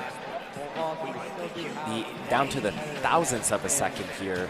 Keon Rude with a 6.733, followed by Logan Dooley from Toronto with a 6.736. So 3 thousandths of a second off from that bronze medal there. So Keon Rude managing to just hold him off for that bronze medal position to join his teammate on the podium, Travis Campbell, 2 Guelph Griffins, and Tyrell Davis on that top step of the podium from the Manitoba Bisons with 6.59. He was super pumped about that.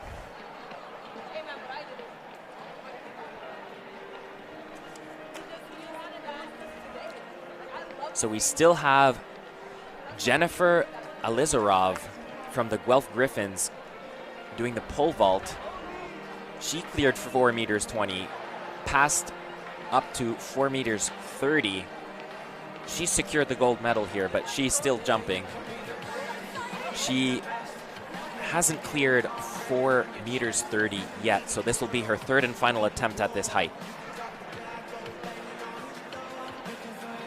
This is just icing on the cake for her here.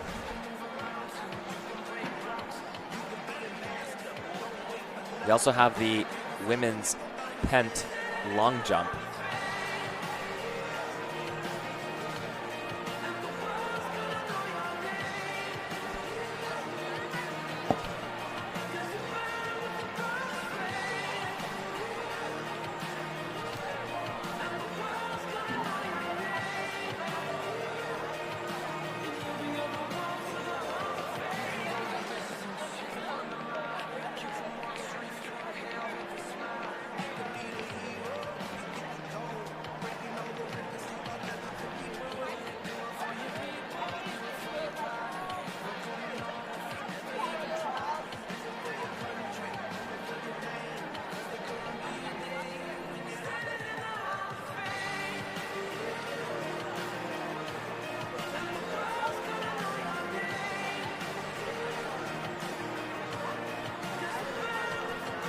So it's a big championship weekend with U Sports final 8 underway. What we're seeing is the Laval versus TMU.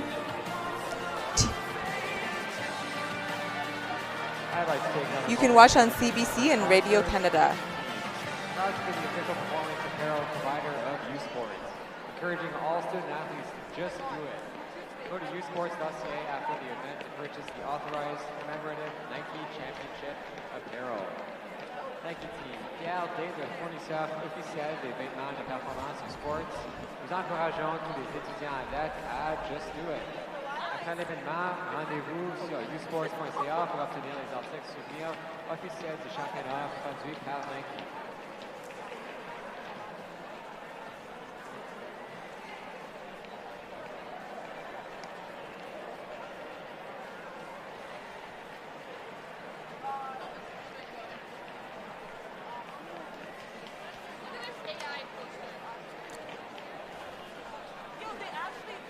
So we still have Jennifer jumping in the pole vault here. And our next track event will be the women's 600-meter prelims. That'll be a stacked field. Some heavy hitters there competing. We'll have Nicole McKenzie, definitely the star-studded athlete coming into this event. Nicole's had such a phenomenal start to her 600-meter debut. Jennifer Lizarov of Guelph. Indeed, this is her first year running the event. Already running 126.95 at Penn State at the end of January. That is well under the U Sports record of 127.63. Dates back from 1984. She said she's been doing track since she's 10 years old. So she's been in track for a long time. But it's still cool that she's out here getting into a new event and absolutely crushing it. Good for her. So Jennifer on her final attempt at 4 meters 30 here in the pole vault.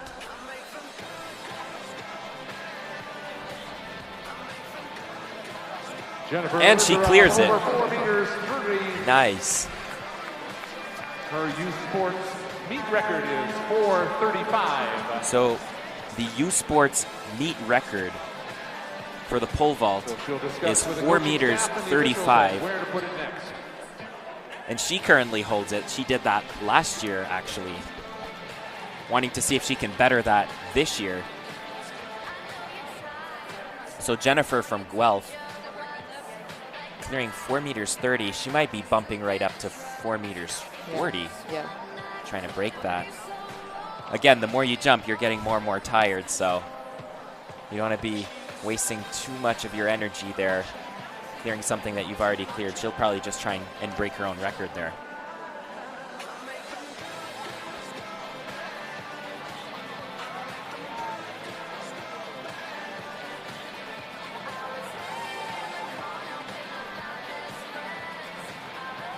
Fourth event for our combined athletes are underway.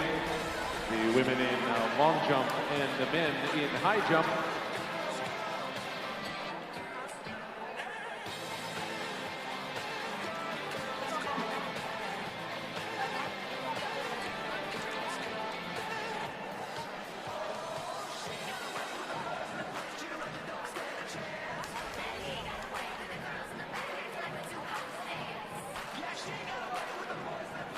So I'm not seeing Tatum Wade on the start list for the 600-meter prelims.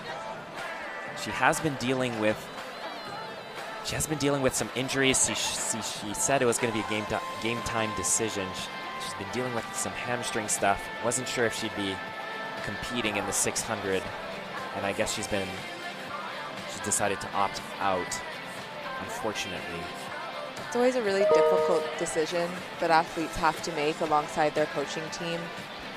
Health is what's most important, and I know how challenging it is to have to sometimes take a back seat and make some smart decisions for your health and your well-being. Definitely. An interesting story from Tatum. She actually committed to Calgary to play basketball and ended up converting to track later on. So she had been doing track in high school, but she loved basketball and she thought that that's really what she wanted to do in college. And ultimately went into Calgary, joined the team, played some basketball, wasn't really crazy about it.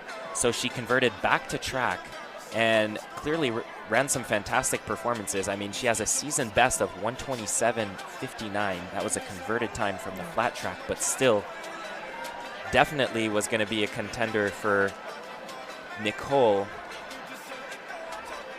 Unfortunately, out due to a hamstring injury there.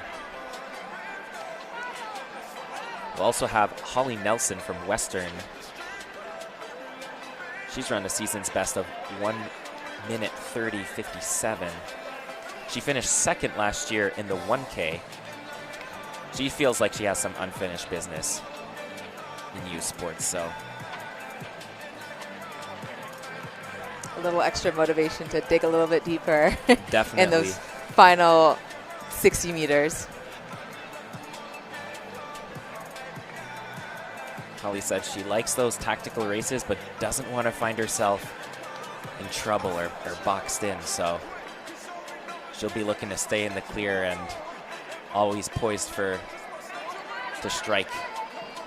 What do you think we might see going into the 600-meter prelims today? I know we sometimes see more tactical approaches to the 600, and other times we really see a very speed-intensive race. What might you expect to see in the prelims?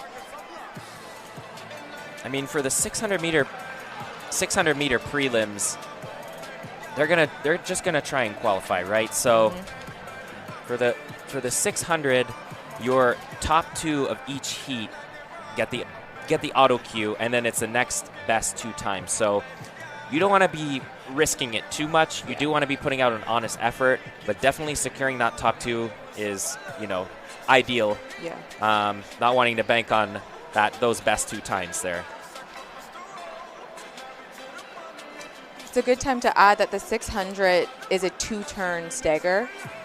And so what that means is all the athletes will start in their respective lanes for the first 2 corners of the race. So you'll see them come out quite strong off that first corner, get into a little bit of a rhythm on the backstretch, and then really work to come off that second corner to position themselves well as the pack starts to amalgamate into the inner lanes. 40, which would be a new meet record. Definitely. That first turn, that first lap, all about positioning. Correct. Holding that. I mean, Holly Nelson actually got boxed in and went down at OUAs in the K. So not wanting to repeat that. She wants to keep herself clear from any trouble. It'll be interesting how aggressive they are on that first lap, really. Yeah. So we have the women's pent long jump going on here. Riley Robitaille from Windsor jumping there. That is her first jump. Currently we have Rebecca Parker from Guelph having jumped 5.75 meters. She's leading the pent right now in the long jump, followed by Liana Roy from Laval and Timmy Adeluba from Saskatchewan. Ella Heredia, Windsor Lancers in lane Riley number 1. In lane number just 2 jumped from 5 meters, 41. Pardon me, Kara McDonald in lane number 1 from Dalhousie. And now back to the track here for the women's 600-meter prelims. In lane number 3 from We've got Kara McDonald in lane 1 from Dalhousie, Elsa from Sherbrooke in lane 2, Jenna from Calgary in lane 3, Miriam from Montreal in lane 4, Holly Nielsen from Western in lane 5, and Isabella Govea from Windsor in lane 6. And again, the top 2 will auto-qualify, and then we'll be looking for the next 2 fastest times. So Isabella with the top seed time here of 1:29.61 in lane 6.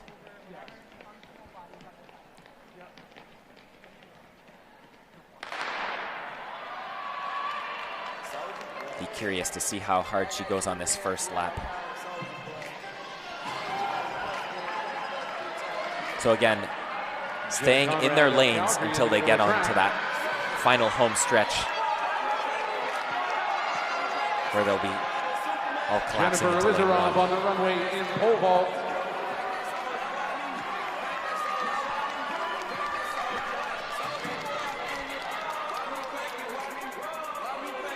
So we have Isabella here in the lead. Haley Nelson, Kara McDonald.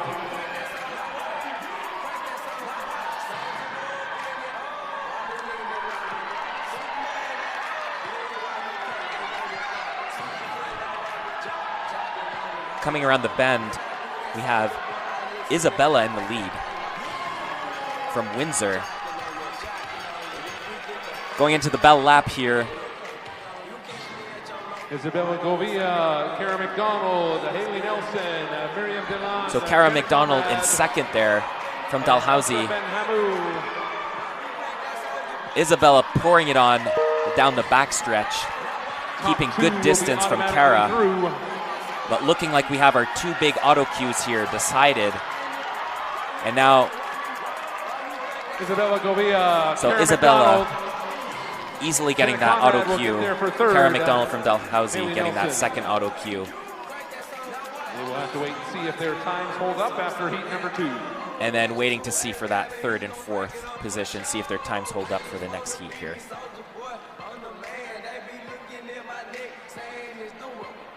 So we're not seeing athletes being too tactical here. They're wanting to stay out of trouble, get out, put out a pretty good honest effort. They also have a whole day rest in between, so they're not too worried about the recovery aspect here.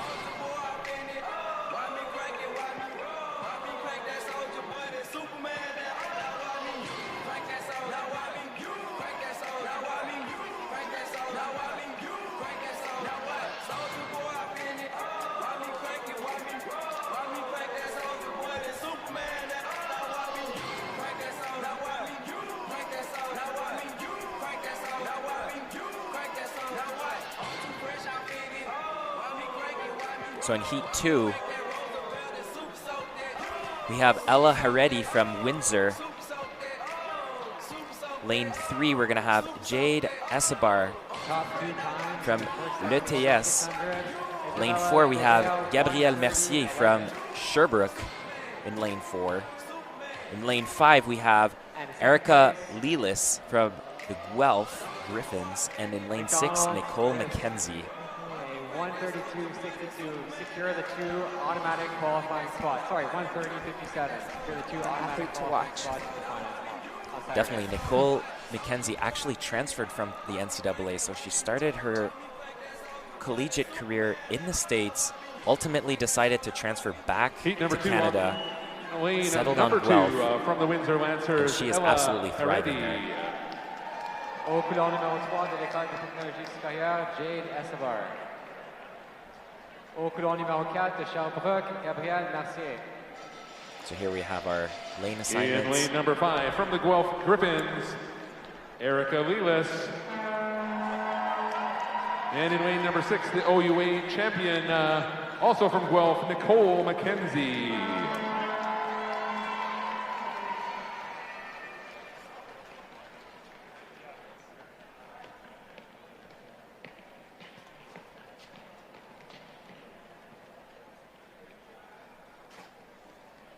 Let's see what this second heat has in store for us here. Section 2 of the women's 600-meter qualifier.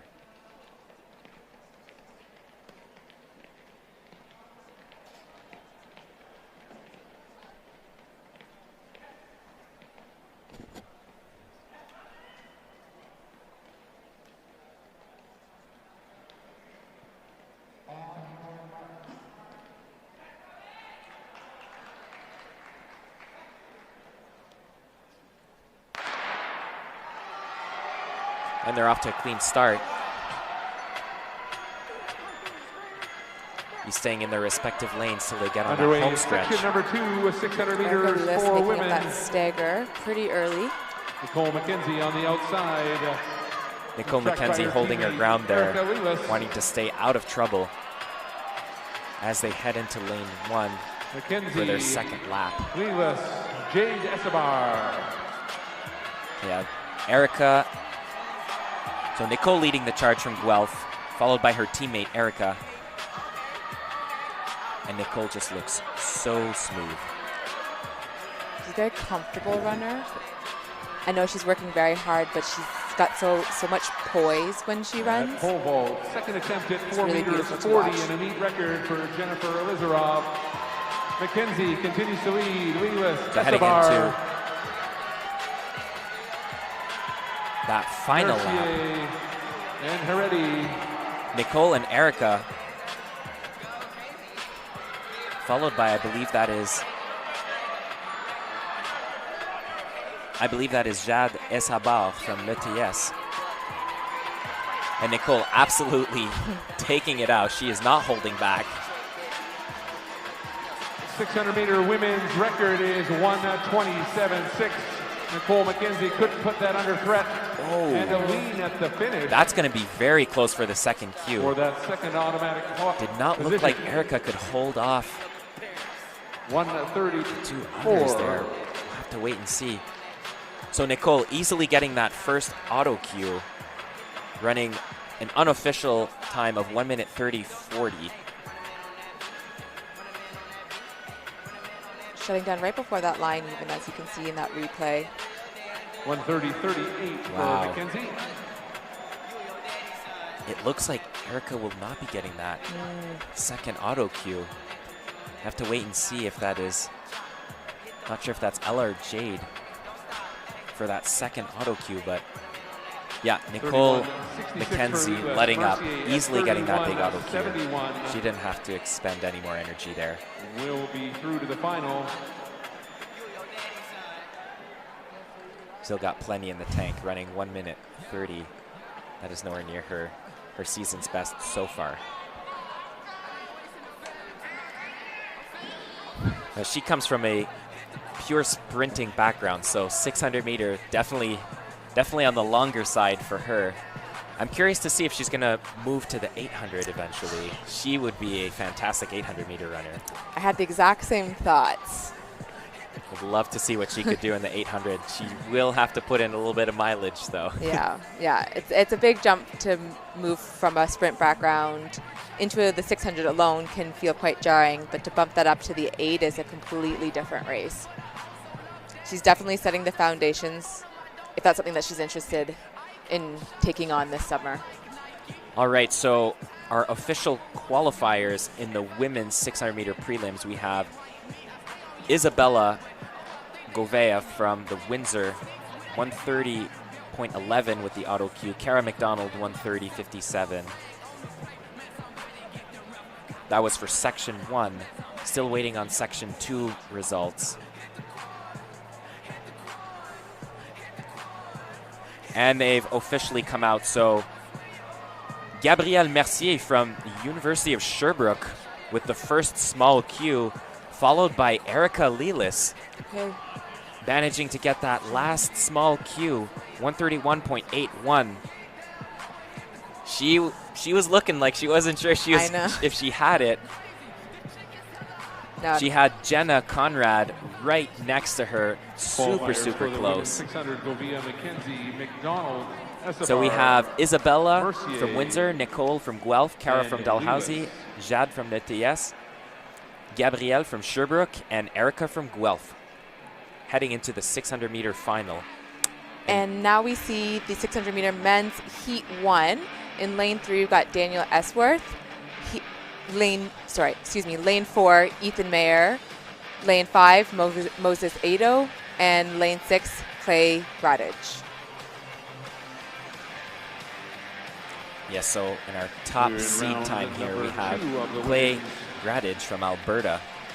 Long jump for the heptathletes. Shalane Pritchard with the best jump of 1:17.45 on the outside lane there. Next on the track, 600 So it seems like they're putting those faster athletes on the outside lanes. Heat number 1. Giving them priority. Giving them a little bit of space. So here, the first one from each heat gets the auto cue, followed by the next 3 best times. A bit of a different format here for the men's. In lane number 5, from the Toronto Varsity Blues, the OUA champion, Moises Adu. And in lane number 6, from the Alberta Golden Bears, Clay Gradage.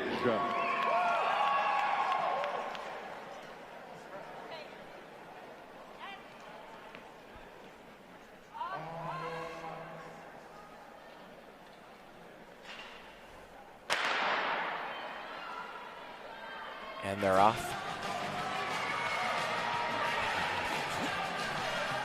The men's 600 meter prelims.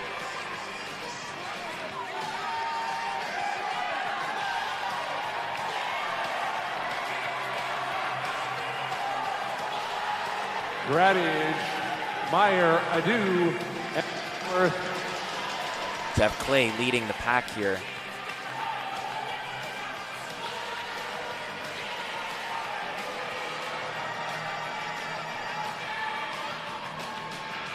Clay Gradage continues to lead. Moises Adu, Ethan Meyer, Daniel Eisworth, all right there. Moses staying on the outside there.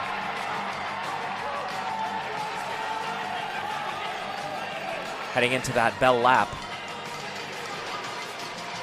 And I'm liking Moses' positioning here.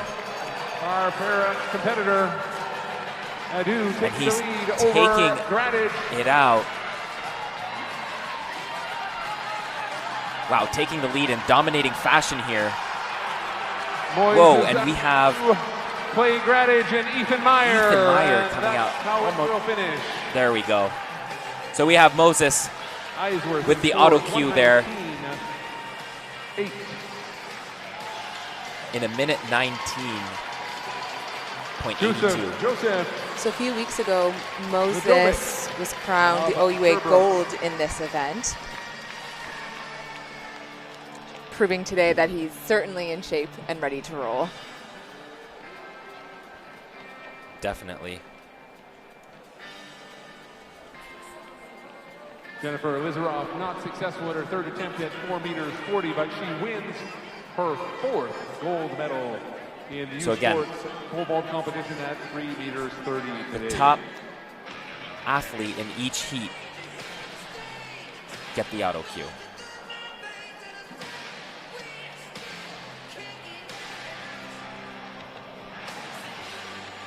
Paige Zinger. All right, so on the field side in the women's pole vault, we have Jennifer Elizarov. She did not clear 4 meters 40. She had 3 attempts there.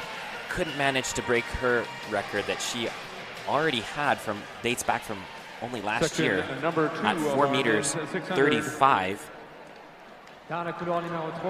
But she still gets gold there. So congrats to Jennifer Elizarov from the Guelph Griffins for that. In lane number 4 from the Dalhousie Tigers, Zach James. In lane number 5, the Canada West champion, second fastest time in the country this year from the Alberta Golden Bears, Ryder Rati. So back on track here. And in lane number 6 from the Saskatchewan for Huskies, section 5th 2 of the men's fastest in 600 Canada meter this year, prelims. Nicholas Irwin.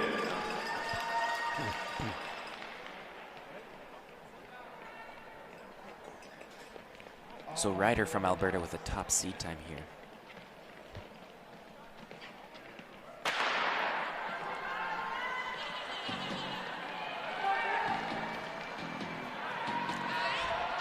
So Ryder won gold at the Can West Conference. Sports heptathlon record at 6:01. Parker in second at 5. He won that in 75. minute Paige 18:71. Zinger with a good jump in round number 2 at 5:59 in third. Ryder Rati with the lead. So he's currently in the lead, holding his spot there.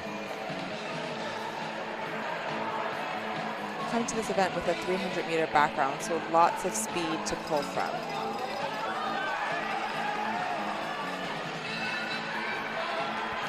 So we have Zach James from Dalhousie taking it out on the second lap James, here. Ryder Rati, Nicholas Irwin, and Zach Ryder holding on though, not letting him get away. Riyad.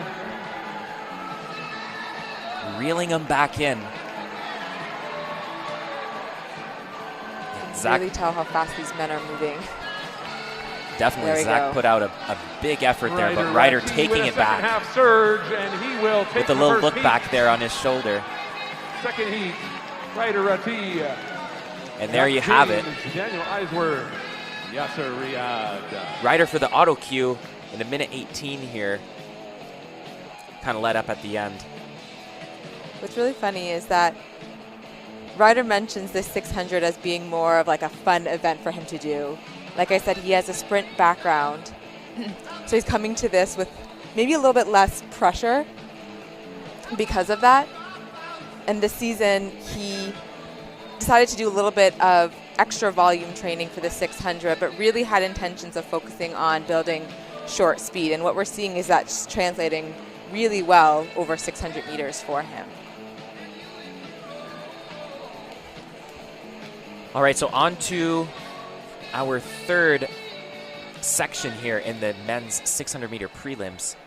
We have Ben Lemon in lane 2 from Waterloo, Lucas Rudaitis from Dalhousie in lane 3, Safwan from Ottawa in lane 4, Tyler from Alberta in lane 5, and Alejandro from Manitoba in lane 6. For Ryder Ratti. Section number 3 on the track. So Ryder Ratti. Ben Lemon, Waterloo Warriors in lane 2. Lucas Rudaitis, Dalhousie in lane number 3. Safwan El Mansari, Ottawa Gigi's in 4. Tyler Sharp of the Alberta Golden Bears in 5. And fastest time in the country this year belongs to Manitoba Bison's Alejandro Civetta in lane number 6. So Alejandro Civetta currently has the top seeded time. He finished 3rd at Can West. Let's see what he can do here.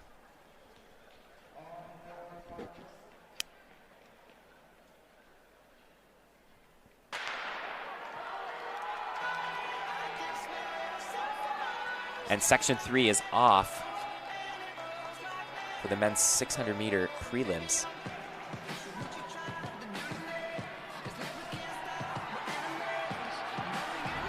Alejandro in lane 6. Civetta on the outside. He doesn't want to give up the pole, and he won't. Keeping that lead. El Mansari and collapsing Sharp into there lane with 1, him. taking the lead.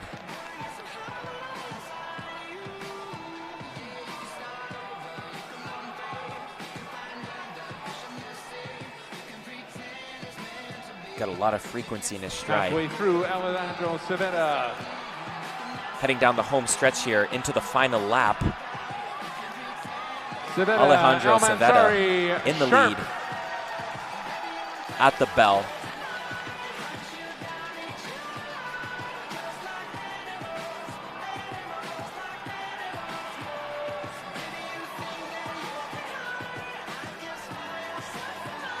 And that looks like it's Safwan in 2nd from Ottawa. And now a move up into 3rd place by Dalhousie. We have Lucas. Oh, maybe Lucas taking the 2nd place. He'll get 2nd. Wow. Behind Civetta. Mansari 3rd. They were closing in on Alejandro pretty quickly there. It's a closer finish than I was expecting. Yeah, he kind of let up, and they snuck up on him there. Still managed to get the auto cue. Yeah, in heats, all you need is the auto cue, right? The order of the finish is really all that. Here, we'll get a better look at the replay. Yeah, holds them off. Yeah. They were definitely closing that gap in a hurry, though. Always got to run through the line. But as you mentioned, in the 600-meter men's qualifiers, it's the winner of each heat and the next 3 fastest times. So in this situation, time does matter. And that's why we saw the 2nd, 3rd, 4th athletes really turn up the notch a little bit to finish that race in a strong time. So the last small queue to pass would be Clay from Alberta in 1:20. And it looks like we'll be getting all 3 small queues from this heat, actually. Yeah, this was the fastest 600 meter in section 3.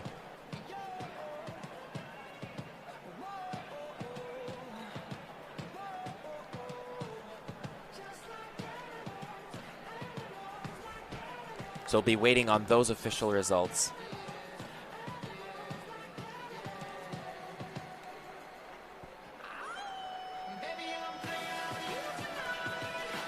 Then we'll move on to the men's 600-meter T37 ambulatory event, We need the 4x200 where Ludovic team to Joseph will check be in competing for University of Sherbrooke. Just past the start line, around the corner there with the officials, please. 4x200, 3 heats of women. Civetta with the best time for the 600, 1:18:39. Rati Adu Rudaitis. So our official results are strong in. Finish in that last heat. El Mansari and Tyler Sharp qualifying to the final. So Civetta from Manitoba with the top automatic queue, 1:18:39, followed by Ryder from Alberta, Moses from Toronto with the 3 auto queues. Just wrapping up and the then the pentathlon long 2 jump. of the athletes or all three Sarah Fisk in checked on the Section runway, 3 with the small cues. Getting ready to go. Lucas from Dalhousie, Safwan from Ottawa, and Tyler Sharp from Alberta. All coming from that third section for the small cues to round out your men's 600-meter final.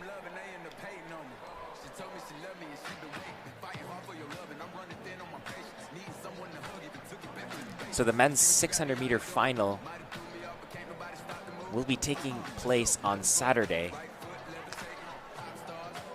right after the women's 600-meter final. 1:15 p.m. and 1:30 p.m.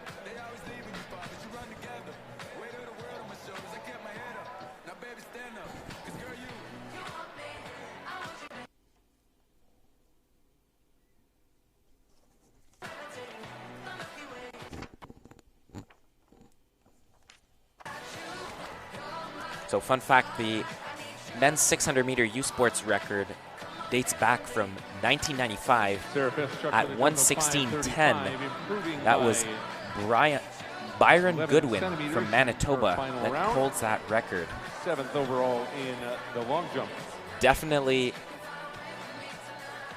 Final jumper. going to be holding that. That is really, really Finger. fast. We'll see if the men can get close to that in the final, but at least for the qualifier rounds,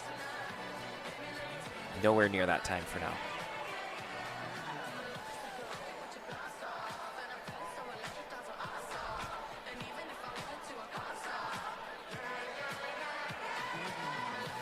So we're getting ready for the women's 4x200 meter relay. In this first heat, we'll see York Lions in lane 3, Manitoba Bisons in lane 4, Regina Cougars in lane 5, and in lane 6, the Montreal Carabins. 74 points. And Shalene Pritchard with a 6:01, 850. And the Regina Cougars having in their run fourth event. 1:36.87.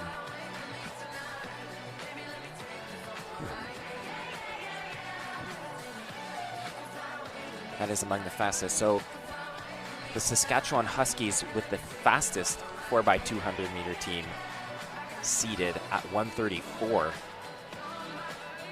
And the Huskies took home silver in this event last year. Pritchard will stretch her So I'm lead certain they'll up be to about gunning for a 160 gold medal points this year. heading into the 800.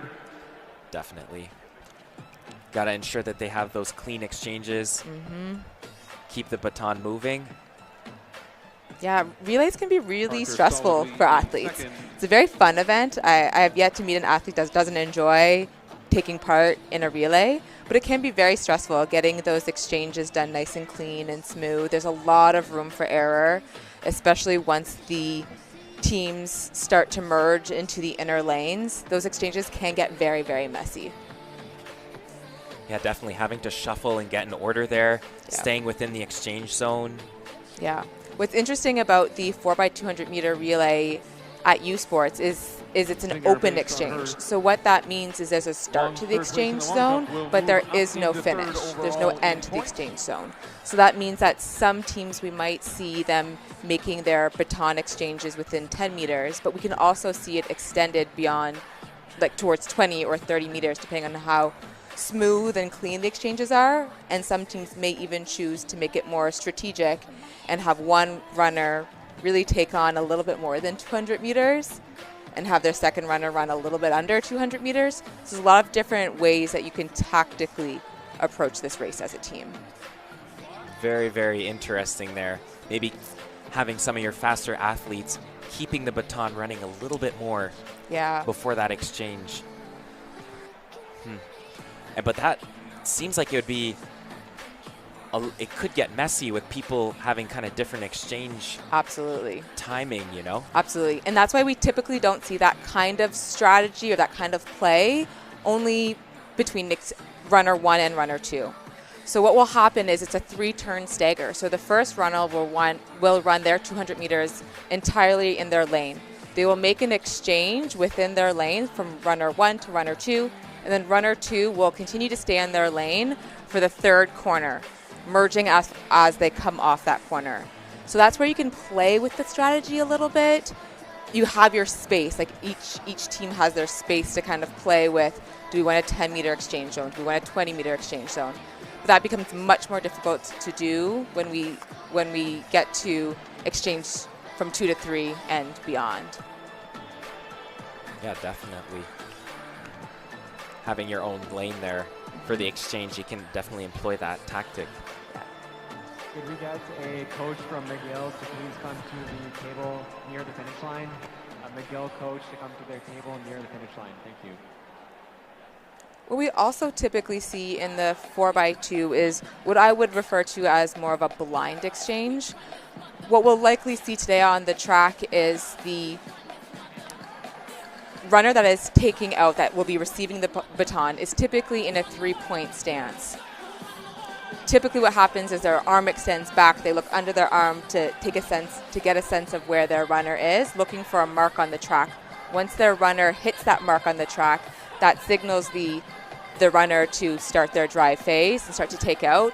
And what happens next is that they're listening for their team to call hand or high or baton, whatever cue that the team uses. And so typically what you won't see is an athlete accelerating forward but continuously looking back to receive the baton. So there's a lot of trust that is built and that you rely on in a 4x2 relay exchange. Definitely, and I'm curious, Alicia, walk me through, I know there's different techniques for passing the baton. There's kind of like the push method, kind of like the scoop method. I'm curious, what kind of technique did you guys use at the 4x400 at the Olympics? So push method. Okay. So what we're aiming to do is have that receiving runner with their arms straight out back, thumb down, fingers pointing wide, and we're really relying on that incoming runner to punch the baton into the center of your palm. And so typically what you're looking for is nice, strong contact. That's probably what we'll see on the track today. And then a grip, a firm grip to pull that baton through. Is that a technique that most teams will be using, you expect here? Yeah, I would expect that. That's more common. You do see some teams might go for that underhand kind of scoop pass that you were referring to. I find that there's more room for error there. What's really nice about doing the push method is that the arm is up really nice and high in the eyesight of the incoming runner. What you want is a nice, clean, big target. And so if your hand is too low, it can be a lot more difficult to spot. Mm-hmm. Very interesting. So these relay races often garnering a lot of attention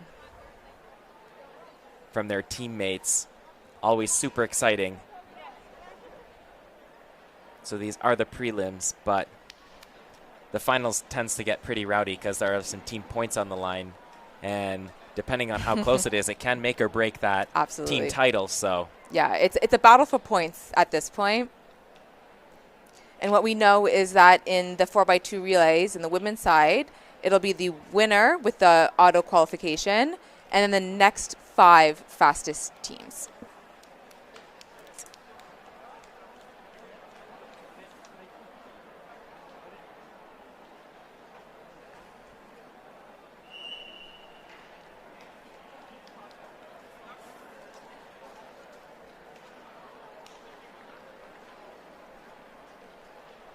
So waiting for that start. Women's 4x200 meter prelims.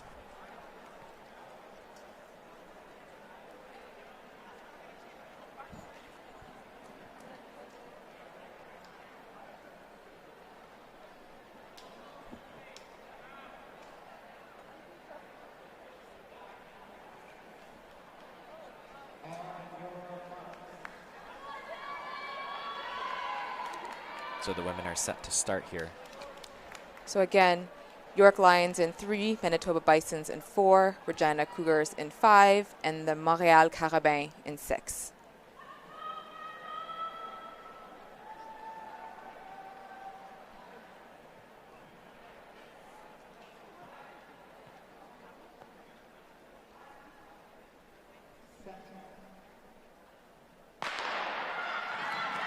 Section 1 of 3 women's 4x200 meter relay. 3-turn stagger. First pass will be made in lane. So again, just like Alicia mentioned, this is a 3-turn stagger, so they'll be going around the bend 3 times in their respective lanes before collapsing. It looks like Manitoba with the lead. Manitoba with a stick first, and Montreal, Saskatchewan, clean and exchange Regina. here for all the teams. York and Regina. Here they are collapsing in lane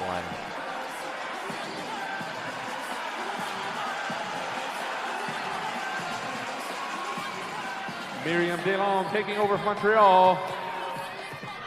Montreal for in the Manitoba. lead. Charlotte Murchison for York. And Heidi Branning for the Regina Cougars.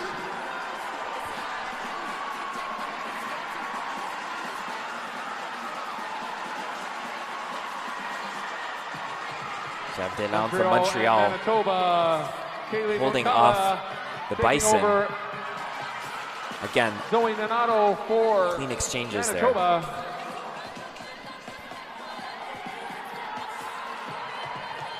there. The winner will be automatically through to the final.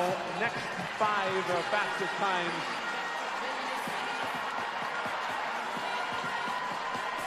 And the Montreal Carabin will make the automatic. Nice. Montreal Carabin getting that auto cue. In 1:38, that's actually quite close to their seed time. So delivering on that performance. We will be seeing them in the 4x200 final.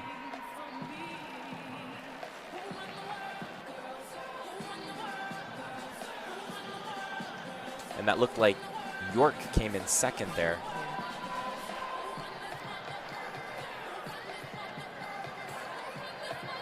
So we'll have to wait and see if they ran fast enough to make it to the finals and get the small cue there. We are still looking for a Miguel code. So moving on to section 2 of the women's 4x200, we'll have the Western Mustangs in lane 3, the Windsor Lancers in lane 4, Calgary Dinos in lane 5, and the Guelph Griffins in lane 6. The Guelph Griffins won this event last year.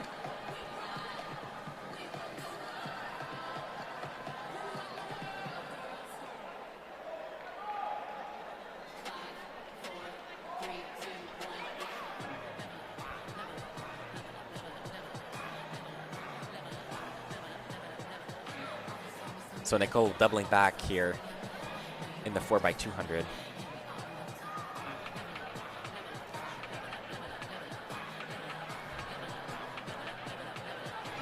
So again, like we had men's heptathlon high jump. Oh, pardon me. Nicole will not be in the 4x200. So change up in the lineup there. But we will see Diana Proctor. This will function as a nice pre-race. She'll be competing in the 300 meters tomorrow. And then we'll also see Gabrielle Cole, who we just saw in the women's 600 meter final.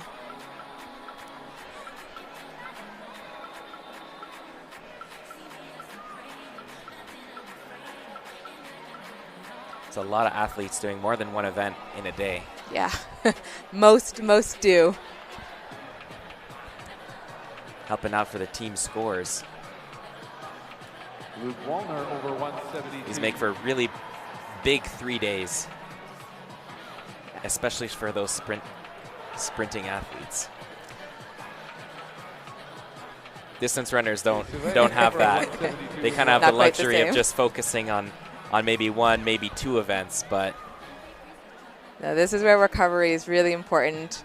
What we'll expect is most of the athletes tonight at the end of the day will hop on the table, get a little bit of a shakeout, massage shakeout, often hopping in an ice bath that they'll make in their hotel rooms at the end of the night, and get in some nourishment to reset for a big day 2. Yeah, those hotel ice machines going to be working overtime tonight. Yes, always, always.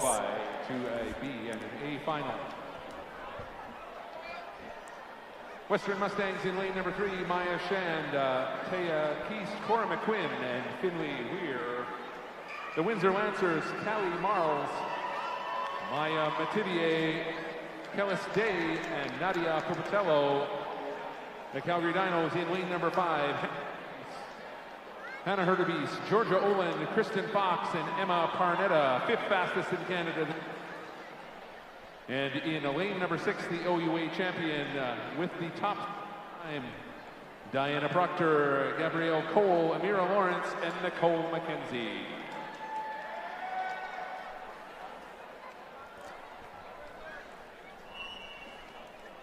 So actually, we just heard Nicole McKenzie actually will be in the 4x200 meter relay here.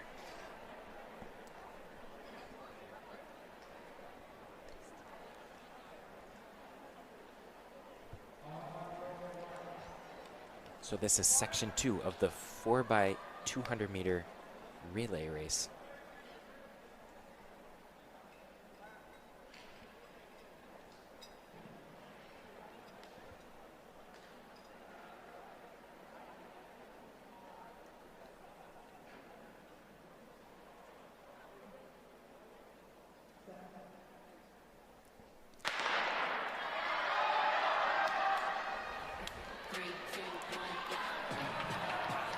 And they're off.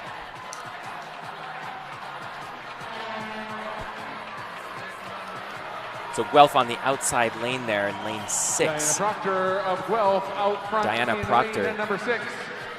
Daylights ahead. Coming into that first exchange. For second. Over to Gabrielle Looks Cole. like Western, then Calgary. They just won the 60 meter. Followed by Windsor.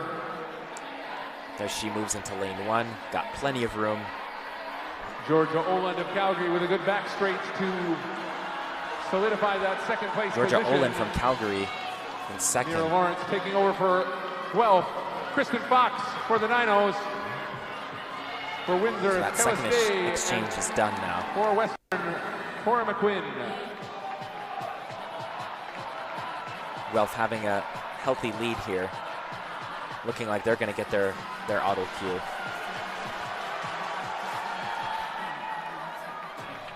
Guy Woodcock taking over for Guelph. Emma Parnetta for the Dinos. There we go. There's a little bit of a rough exchange on Guelph. A couple of poor passes at the end there for those last two teams. Yeah, they had a good buffer there, but might need to clean it up a little bit for the final. So Guelph with the first auto cue in section 2 here. Followed by the Calgary Dinos. Actually running 136. That might be close to a U Sports record, actually. We're gonna have to wait and see for the official time there, but the 4x200 meter women's record at 136.20. That dates back from 2022.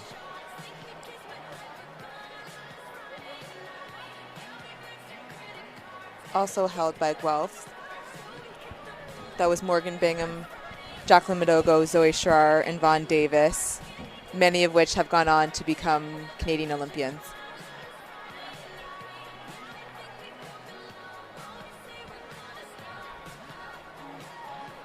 That was a really fast qualifier. Yeah. Did not expect that. Yeah, it's always a little surprising when we see these really big performances in prelims. It makes me excited to see what's going to happen in the finals. Definitely. Sometimes, if the teams have enough depth, sometimes what we see is the coaching staff will swap players depending on who's fresh, how many races they have in their legs. It becomes a little bit of a strategic decision. So only time will tell. So Heat 3. In Lane 2, we have the UNB Reds. In Lane 3, Toronto Varsity Blues. In Lane 4, Alberta Pandas. In Lane 5, Laval Rouge et Or. And Lane 6, Saskatchewan Huskies.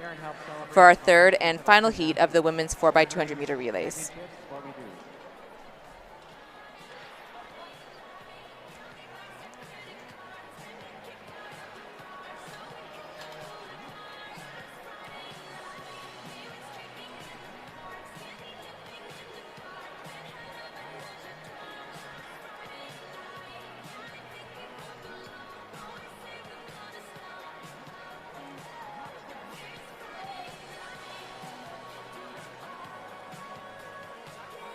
So Guelph officially, with the big Q, a time of 1:36.60. So not quite the U Sports record, but nonetheless a very fast qualification round for them. That is super impressive. Followed by the Calgary Dinos in 1:38.29 with a small Q, so they're gonna get through. Sophie Dubé and Allison Dewar. In lane 3, the Toronto Varsity Blues, Gloria Edom, Paulina Prosic, Alexandra Ten. Very fast section 2 there. Alicia Patrick. In lane number 4, the Alberta Pandas, Tisha Okoboyeho, Fabiso Vela, Addison Lauer, and McKenna Victor. Au couloir numéro 5, les championnes du RSEQ, Laval Rouge et Or. Frédéric Chiasson, Viola Kejiopo et Rose Coutier. And finally, in lane number 6, the Canada West champion, and with the fastest seed time coming into this competition, the Saskatchewan Huskies, Haley Woodhouse, Emma Igert, Selena Kiowski, and Grace Igbiki.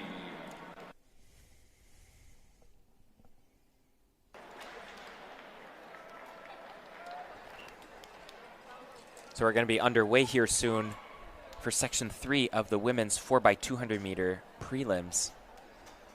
Just came off a wicked fast Section 2. Some fast running put on by Guelph Griffins.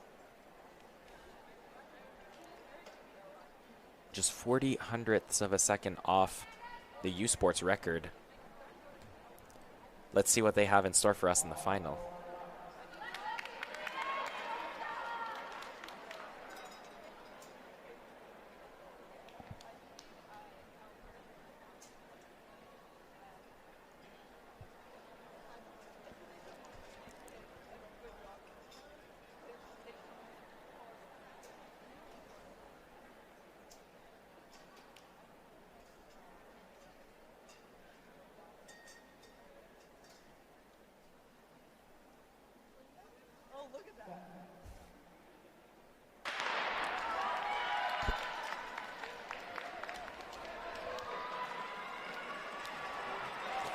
And we're off for Section 3 of the women's 4x200. Wow, and we have Laval getting out to a strong start. They'll be the ones to exchange the baton first. Toronto, Alberta, and UNB. Coming off the stagger there, back into lane 1, we have Laval in the lead. Clearly. Ilona Bocassi will take over for Laval. Followed by for Saskatchewan, the Saskatchewan Huskies. And they've got a really good gap on the rest of the field here. Looks like it'll be a nice duel between Laval and the Saskatchewan Huskies. And Huskies just taking over the Rouge et Or there. She takes them to the lead. Grace Igbiki will anchor. Laval, it'll be Rose Couture. So the Huskies in the lead on that anchor leg, followed by Laval. With Alicia Patrick and McKenna Victor for. And then a big gap with the rest of the field there. But Huskies really taking this out. I mean, they have run 134, which is wicked fast. Saskatchewan. And it looks like that might be a new U Sports record. Toronto. Wow. Alberta. Unofficially 136.086. We're going to wait and see what the official time is there, but definitely looking like we might get a new 4x200 meter record here. Great racing by the Huskies.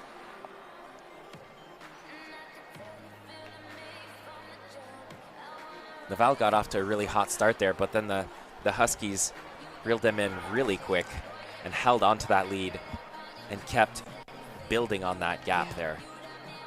Yeah, and that's really difficult to do in a 4x200 meters. There isn't that much space or room to play with, and so when you see a team really pull it together have really strong, clean exchanges. Anything can happen. And we knew coming into this event that the Saskatchewan Huskies were coming in ranked first, and they just showed us today why they are. Definitely showing an absolute dominant performance there.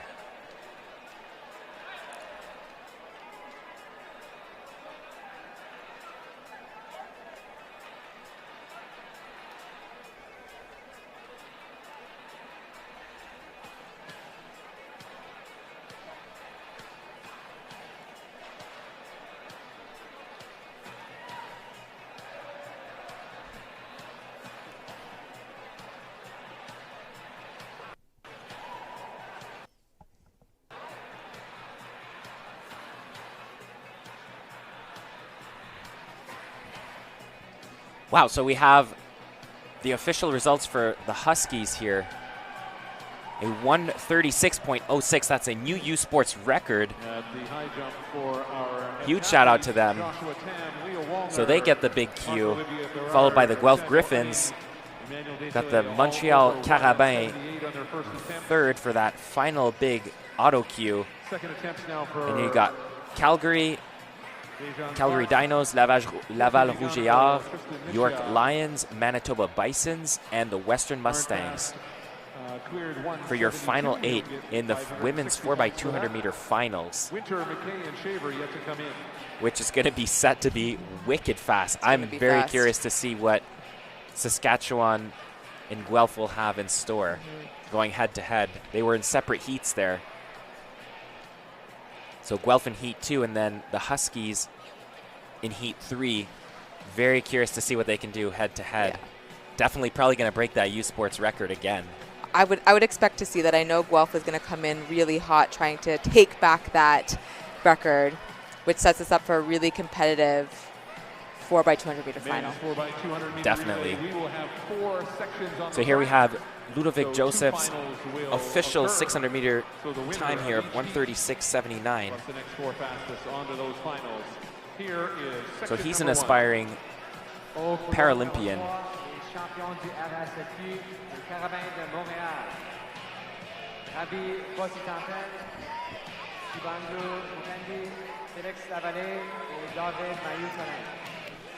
In lane number 4, the Lakehead So Ludovic Thunderbolt, has a Owen Wren.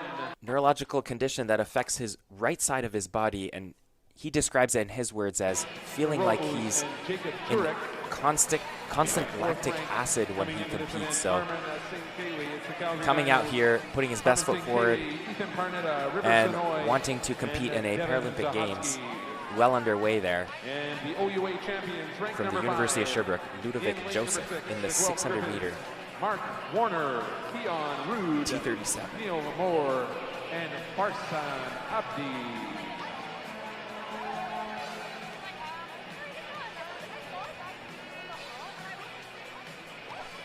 So Alicia, I wanted to ask you, having competed in both an individual event and a relay event, how does that differ in terms of your feeling, right? Because when you're competing in the individual event, it's all on you.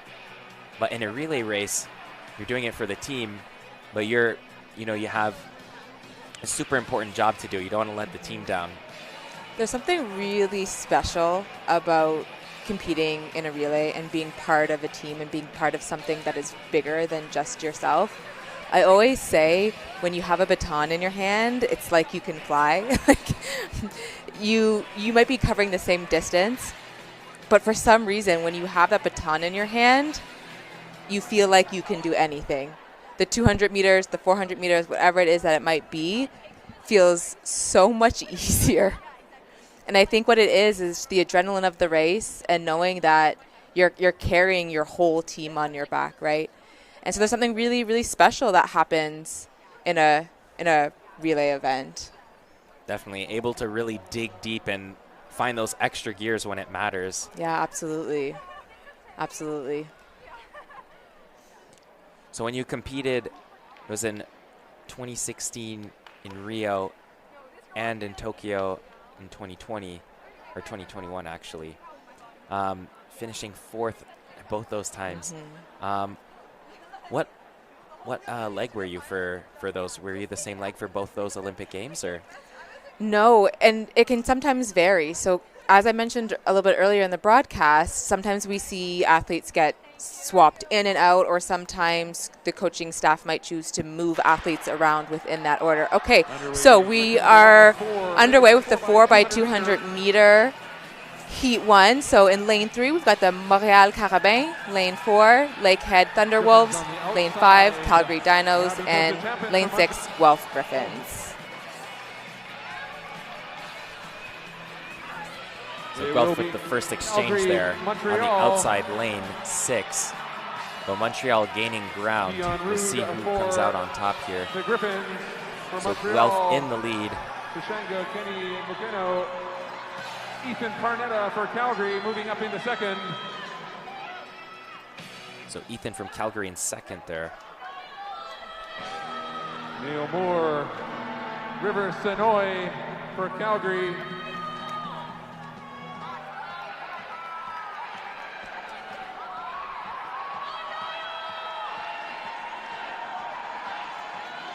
Farsan Abdi takes over for Guelph. Devin Zahotsky for the Dinos. So Calgary and Guelph neck and neck here. Third, ahead of Montreal. Guelph just creating a gap. But it looks like the Dinos are closing that gap now. Farsan Abdi of Guelph, Devin Zahotsky of the Calgary Dinos. And there you have it. Guelph with the auto cue.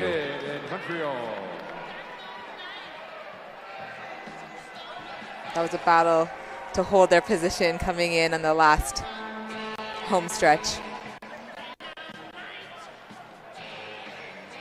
Definitely, Calgary was coming on really strong there. So in the men's 4x200 prelims, the first from each heat get the auto cue, and then it's the next 4 fastest times will get the small cue. So just one team less making it on compared to the women's prelims onto the final.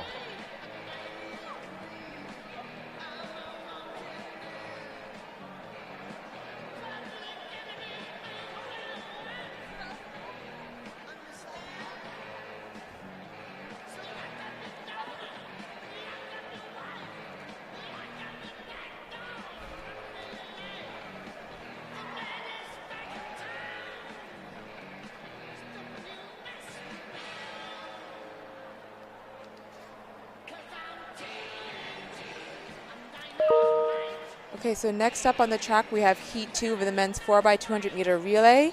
In lane 3, Saskatchewan Huskies. Lane 4, Toronto Varsity Blues. Lane 5, Alberta Golden Bears. And lane 6, UNB Reds.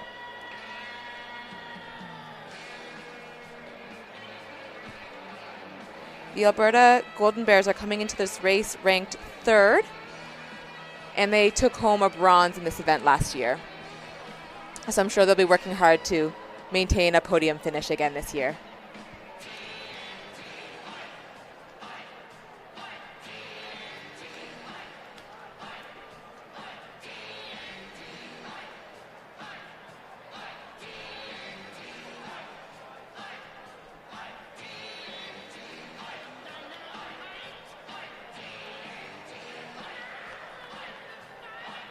On the track now, section 4x200 meter relay. Saskatchewan Huskies in lane number 2. Giovanni Powell, Williams Oganubi, Kyle Conta, Diego Demande. Toronto Varsity Blues in lane number 4. Parker Long, Logan Dewey, Hayden Schultz, Liam LeMay. So Alberta with the fastest seat time here, 126.49. In lane number 5 with the 3rd fastest time in the country this year. The Alberta Golden Bears, Emmanuel Aka, Karen Nadu Barrett, followed by Jafar Fujo and UNB Reds. And in lane number 6, UNB Reds, Camry Sharp, Jackson Banks, Jack Mellish, and Owen Wood.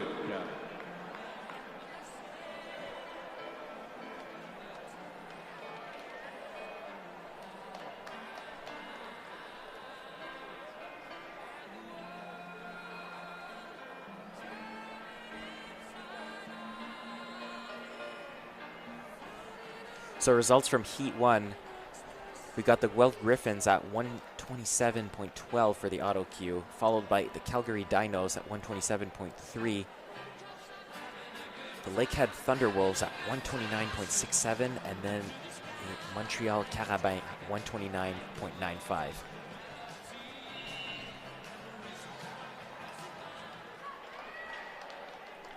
Let's see what we got in store here for Section 2.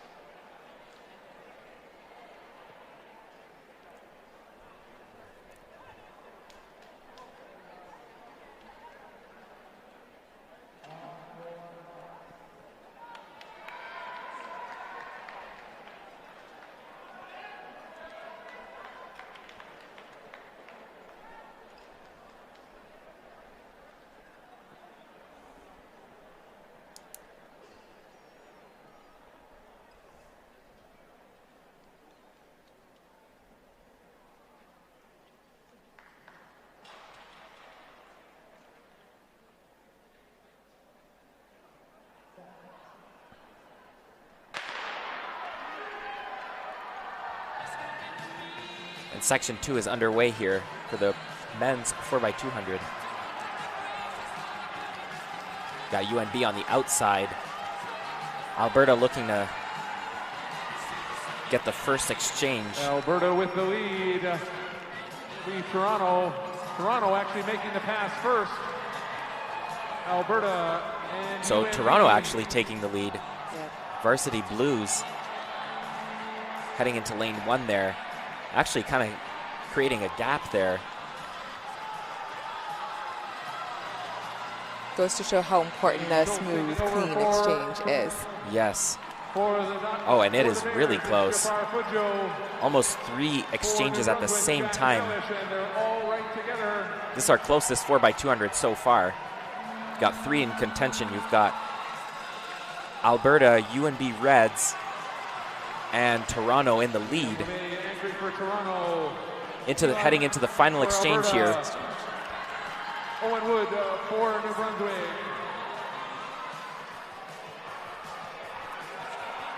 Looking like Toronto might take this.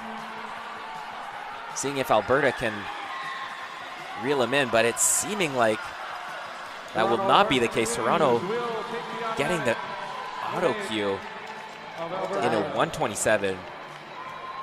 Very well done by the Varsity Blues there. That's fantastic to see. It feels a little bit like an underdog story. Toronto Varsity Blues came in ranked 13 in this event with a time of 127.95.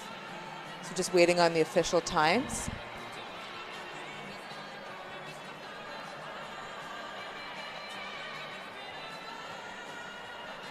Alberta finishing second there. Most likely going to get that small queue. We'll still have 2 more sections to go. This heat really exemplified how important and how crucial a clean exchange is in the 4x200 meter relay. So much can change from exchange to exchange. It's a very delicate event. Definitely. I mean, you drop the baton once and it's over. Yeah, absolutely. And that's obviously the worst thing that could possibly happen. But even just having a bit of a messy exchange where the athletes don't quite connect or they fumble or the incoming runner has to slow down can really make a big difference on how the event ends. Definitely, especially in a 4x200. I mean, it's so short and you have like that bend coming right off. So not a lot of time there to do your exchange and you're already having to turn, and things can get kind of hectic really quickly. So definitely crucial to get a quick and clean exchange off in the first few meters. And then really what you're focusing on is grabbing that baton and just driving out as fast as you possibly can, trying to create some distance between the athletes that are around you and really kind of own your space. That can be a little bit challenging to do, but it really simplifies the rest of the run.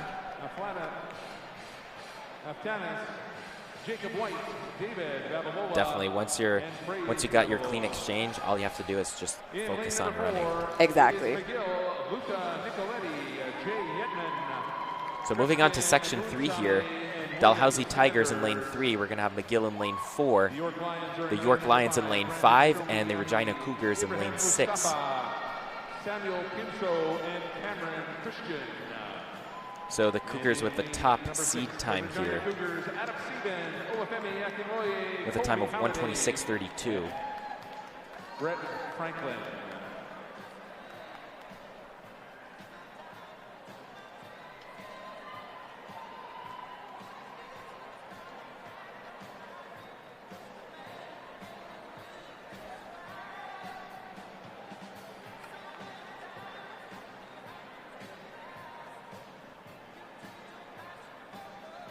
So the last qualifying time right now is 1:31 from the Saskatchewan Huskies.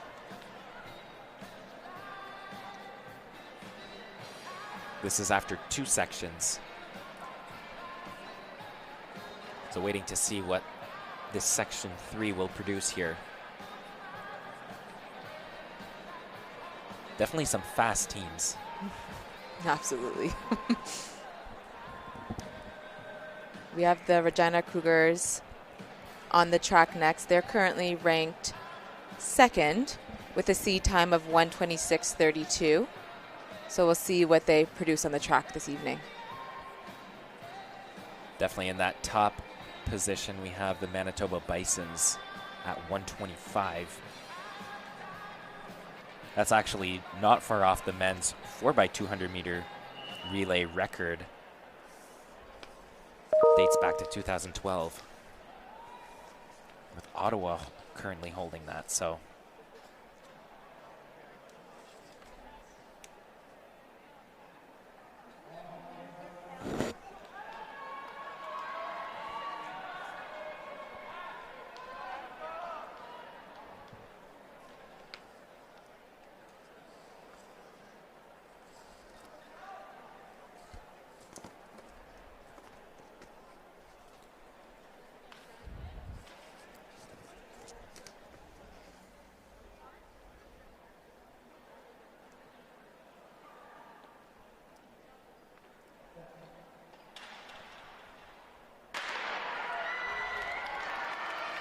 underway in section number 3. Adam Sieben of Regina on the outside. Fairly even through the first 150.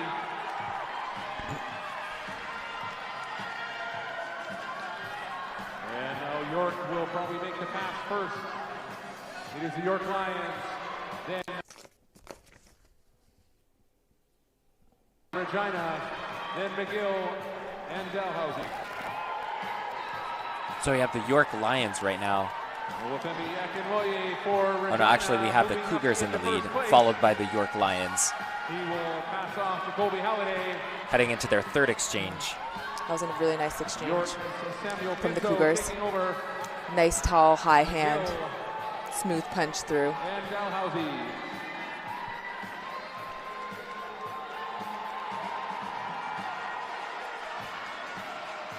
Brett Franklin will So heading into this final final exchange here. Oh, and it's going to be close. So right now the Cougars has the inner lane advantage. We'll see what happens as we navigate the backstretch. We got the York Lions taking the lead. Curious to see how fast this one's going to be. Cameron Christian and Brett Franklin. Wow. Dalhousie in 3rd. Looking like another 127, so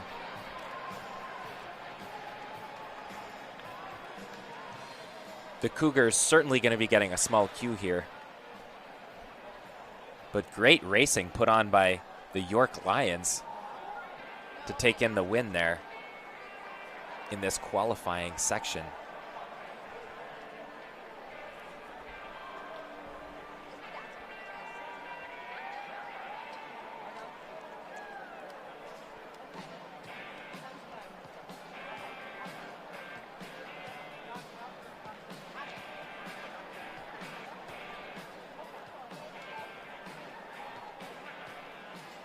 Another disqualification to announce from section number 2, lane 3, Saskatchewan.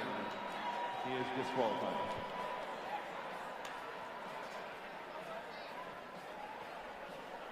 So we just heard that the Saskatchewan Huskies from Heat 2 have been disqualified. I'm not quite sure what happened. I didn't see. It's likely a lane violation.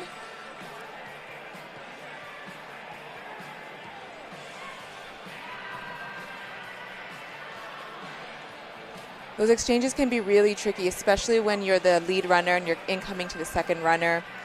You are confined to your lane. Sometimes what we see happen is with that blind pass, an athlete can veer slightly wide or slightly towards the inside, stepping on or beyond their line, which disqualifies a team. So we'll have to wait and learn a little bit more soon. It's tricky. Definitely waiting to hear on that. So for our final section, section 4 of the men's 4x200, we have Windsor Lancers in lane 4, the Western Mustangs in lane 5, and the Manitoba Bisons in lane 6. Bisons with the fastest seed time here of 1:25.26. Only going to be 3 teams though in this heat, so not as busy. Actually lends itself to some fast running if they want to be taking it out like that. But yeah, you got a little bit of extra room to move and to play, and I would say this isn't the time to necessarily go out and run your strongest 200 meters.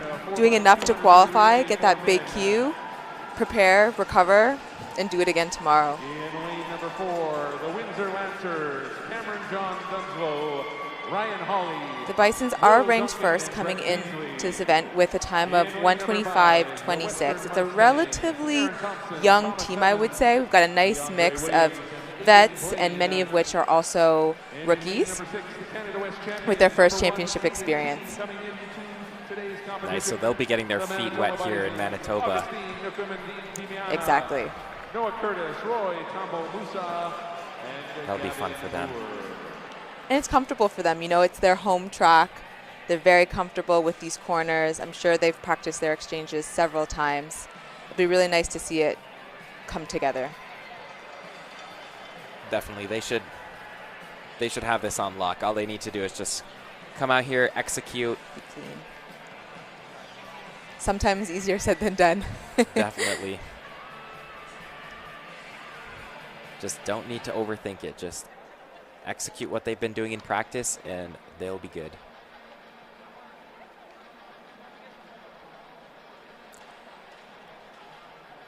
Let's see if we get any updates here from that third section.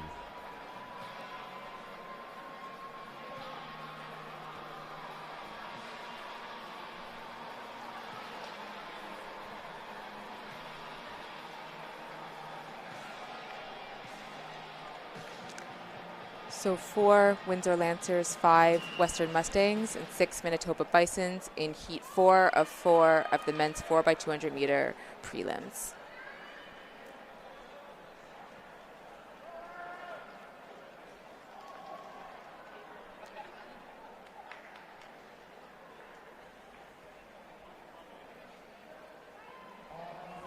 So it doesn't look like we have any disqualification from that third section there.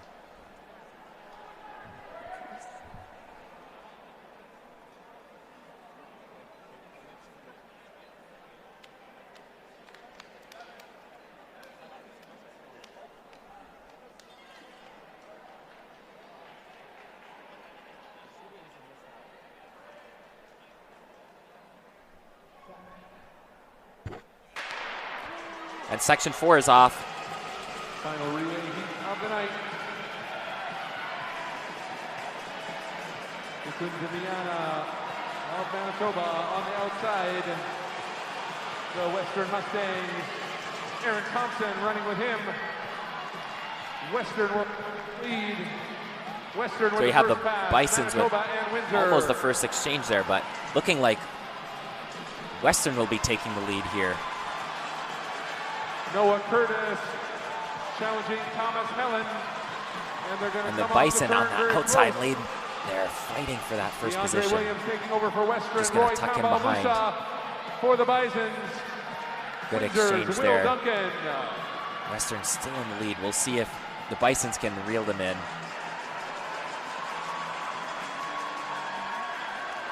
Doesn't look like he'll do it on this leg. We'll see how they do on the exchange here. Plenty of time still. For the Bisons. And Brett Beasley for Windsor. Western. It's another clean exchange from Western. Coming down the back stretch here. Got the Bison on that outside of that first lane. Western and it looks like Western's going to hold them off. Good close by Gavin wow. Moore, but not quite enough.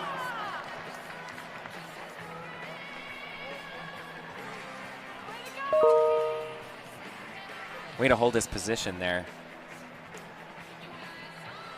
So the Western Mustangs were seated 8th,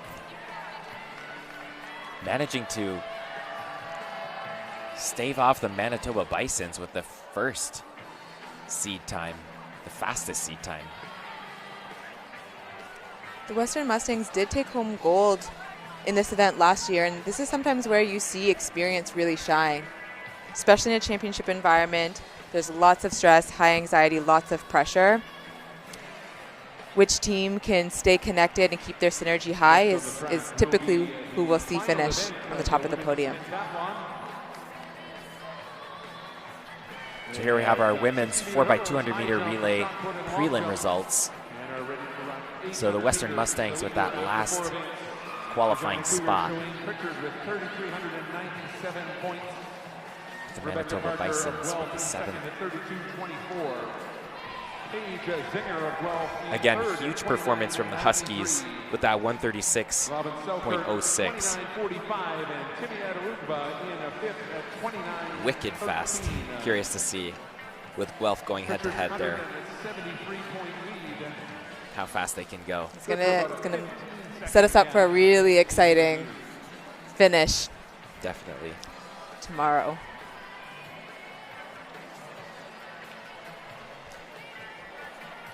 So our last event on the track tonight, we're going to have the women's 800 meter pentathlon race. Tends to be the most difficult event after having done all the others, finishing off with an 800. Get plenty lactic. I can't even imagine what that feels like.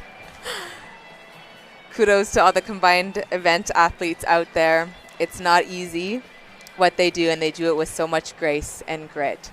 Definitely. Finishing off with a 4-lapper around this 200 meter track in Manitoba.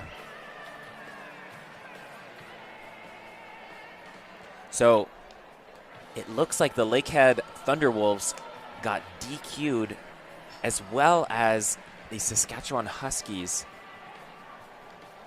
And with McGill with that DNF. So our teams moving on to the finals of the men's 4x200. We have the Western Mustangs with that top qualification time of 126.84, followed by the Guelph Griffins, the York Lions, and the Toronto Varsity Blues. And then with the small Qs, we have the Manitoba Bisons, Calgary Dinos, Regina Cougars, and the Windsor Lancers for your top 8 teams. All right, so moving on to the women's 800 meter pentathlon.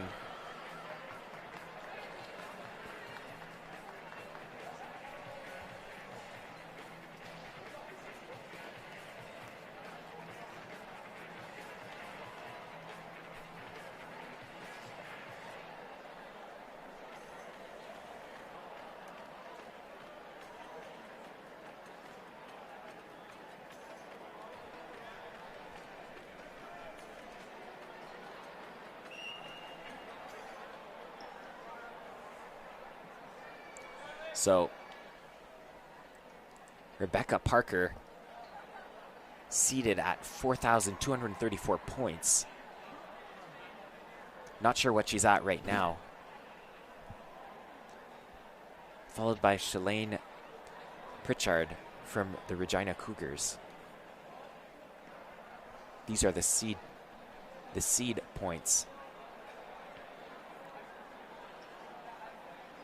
So Shalane Pritchard is currently ranked first with 3,397 points, followed by Rebecca Parker from Guelph with 3,224 points.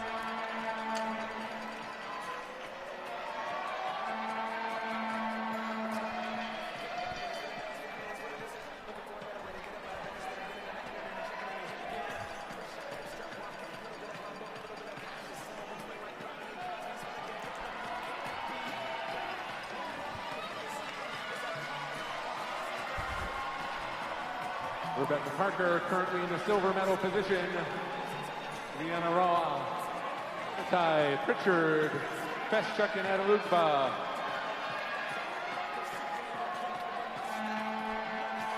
So Rebecca Parker gonna have to put in a pretty big race here to take the lead back from Shalane Pritchard. We also have Paige Zinger from the Guelph Griffins.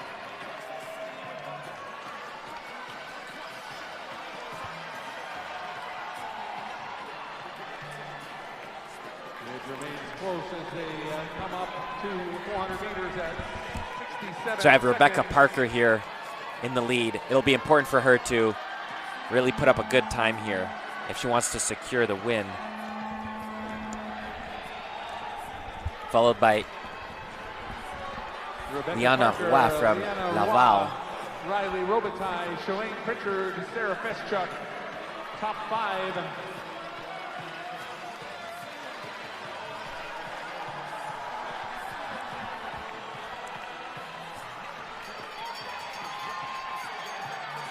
So heading into the bell lap here, we have Rebecca Parker, followed by Liana Roy from Laval.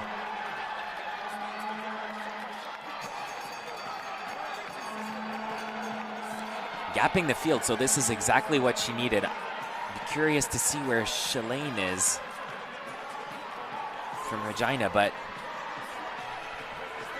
this will score her a lot of much-needed points here. Was in the silver medal position coming in as she needs to finish at least. Wow, running a really good 800. She's going to be there at 2:16. 2:17. Wow. In fourth place, Shalane Pritchard. After the big day she had. That's very impressive. It's definitely a big run for Rebecca Parker. Definitely not running this fresh.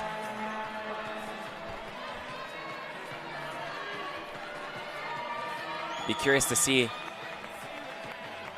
how this ends up, because Shalane did have a 100-plus lead there on points.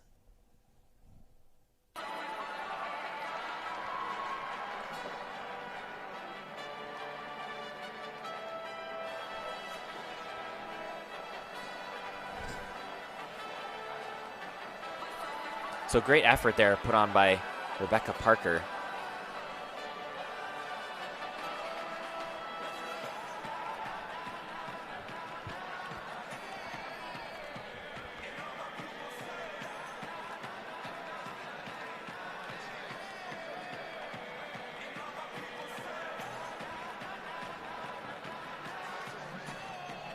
These women have certainly earned their rest. Having competed in the 600-meter hurdles, the high jump, shot put, long jump, and to end off with the 800 meters.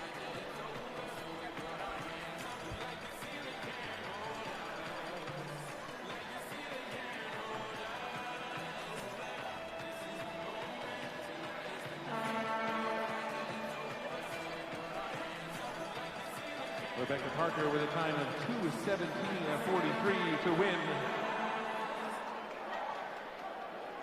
Love to see those team cheers. Liana Roy, 2:18:97. It's a beautiful display of pride and excitement. Definitely.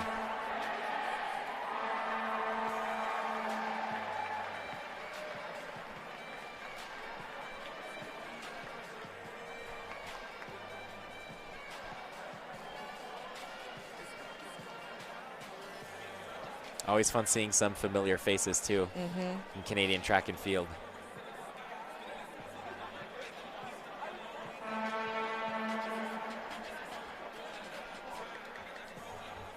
There's so much talent in the country, and it's rare that they're all together in one space at the same time. Definitely.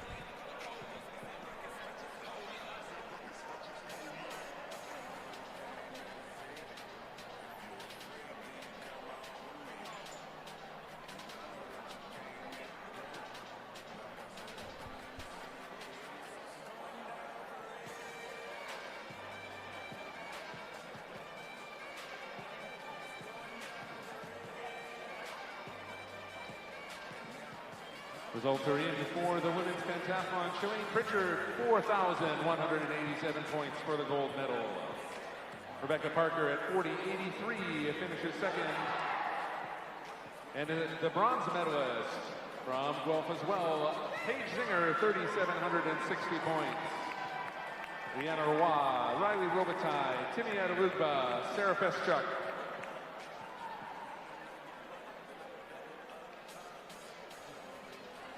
Robin Selkirk, Anya Kruger, Riley Hopley, and Letitia Corrigo-Tosi finishing the women's pentathlon. Let's hear it for the ladies of the combined events. And on to the men finishing their fourth event here, the high jump.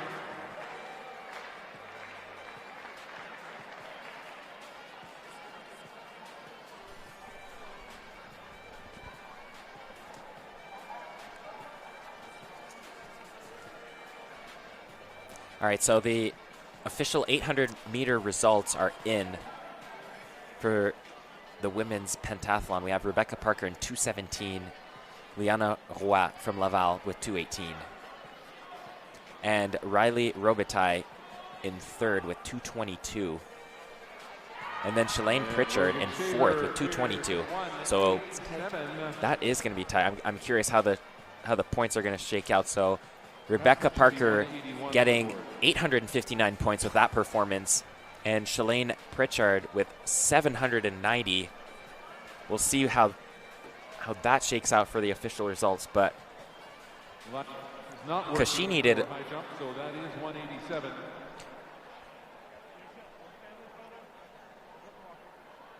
So currently calculating this manually here to see.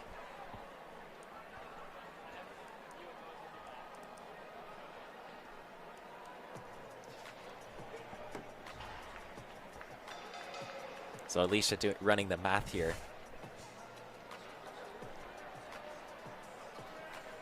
In the studio.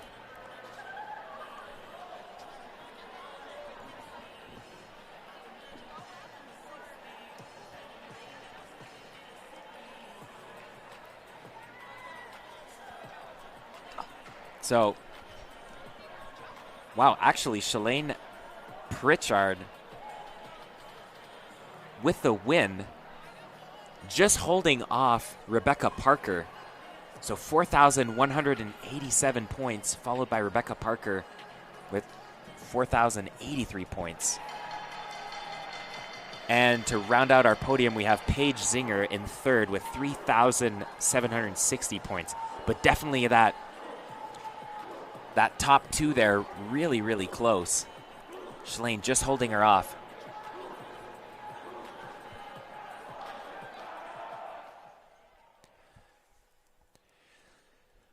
So that's it for tonight. We're going to be wrapping it up. You can continue following the action for the 2026 U Sports Indoor Track and Field Championships here on CBC Sports. Alicia and I will be joining you here tomorrow and on Saturday to keep you updated on all the action, again, on CBC Sports. Thanks for joining tonight.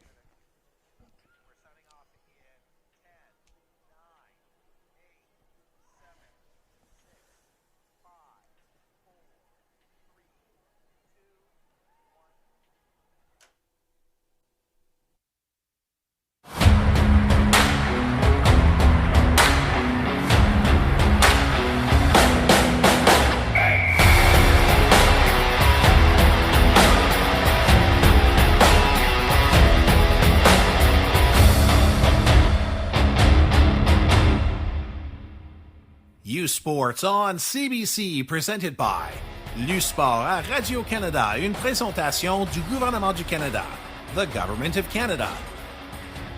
Nike, Fox 40, Veraburn Medical Supply, Laid Bag Baron Rings, A-Par, and by BioSteel.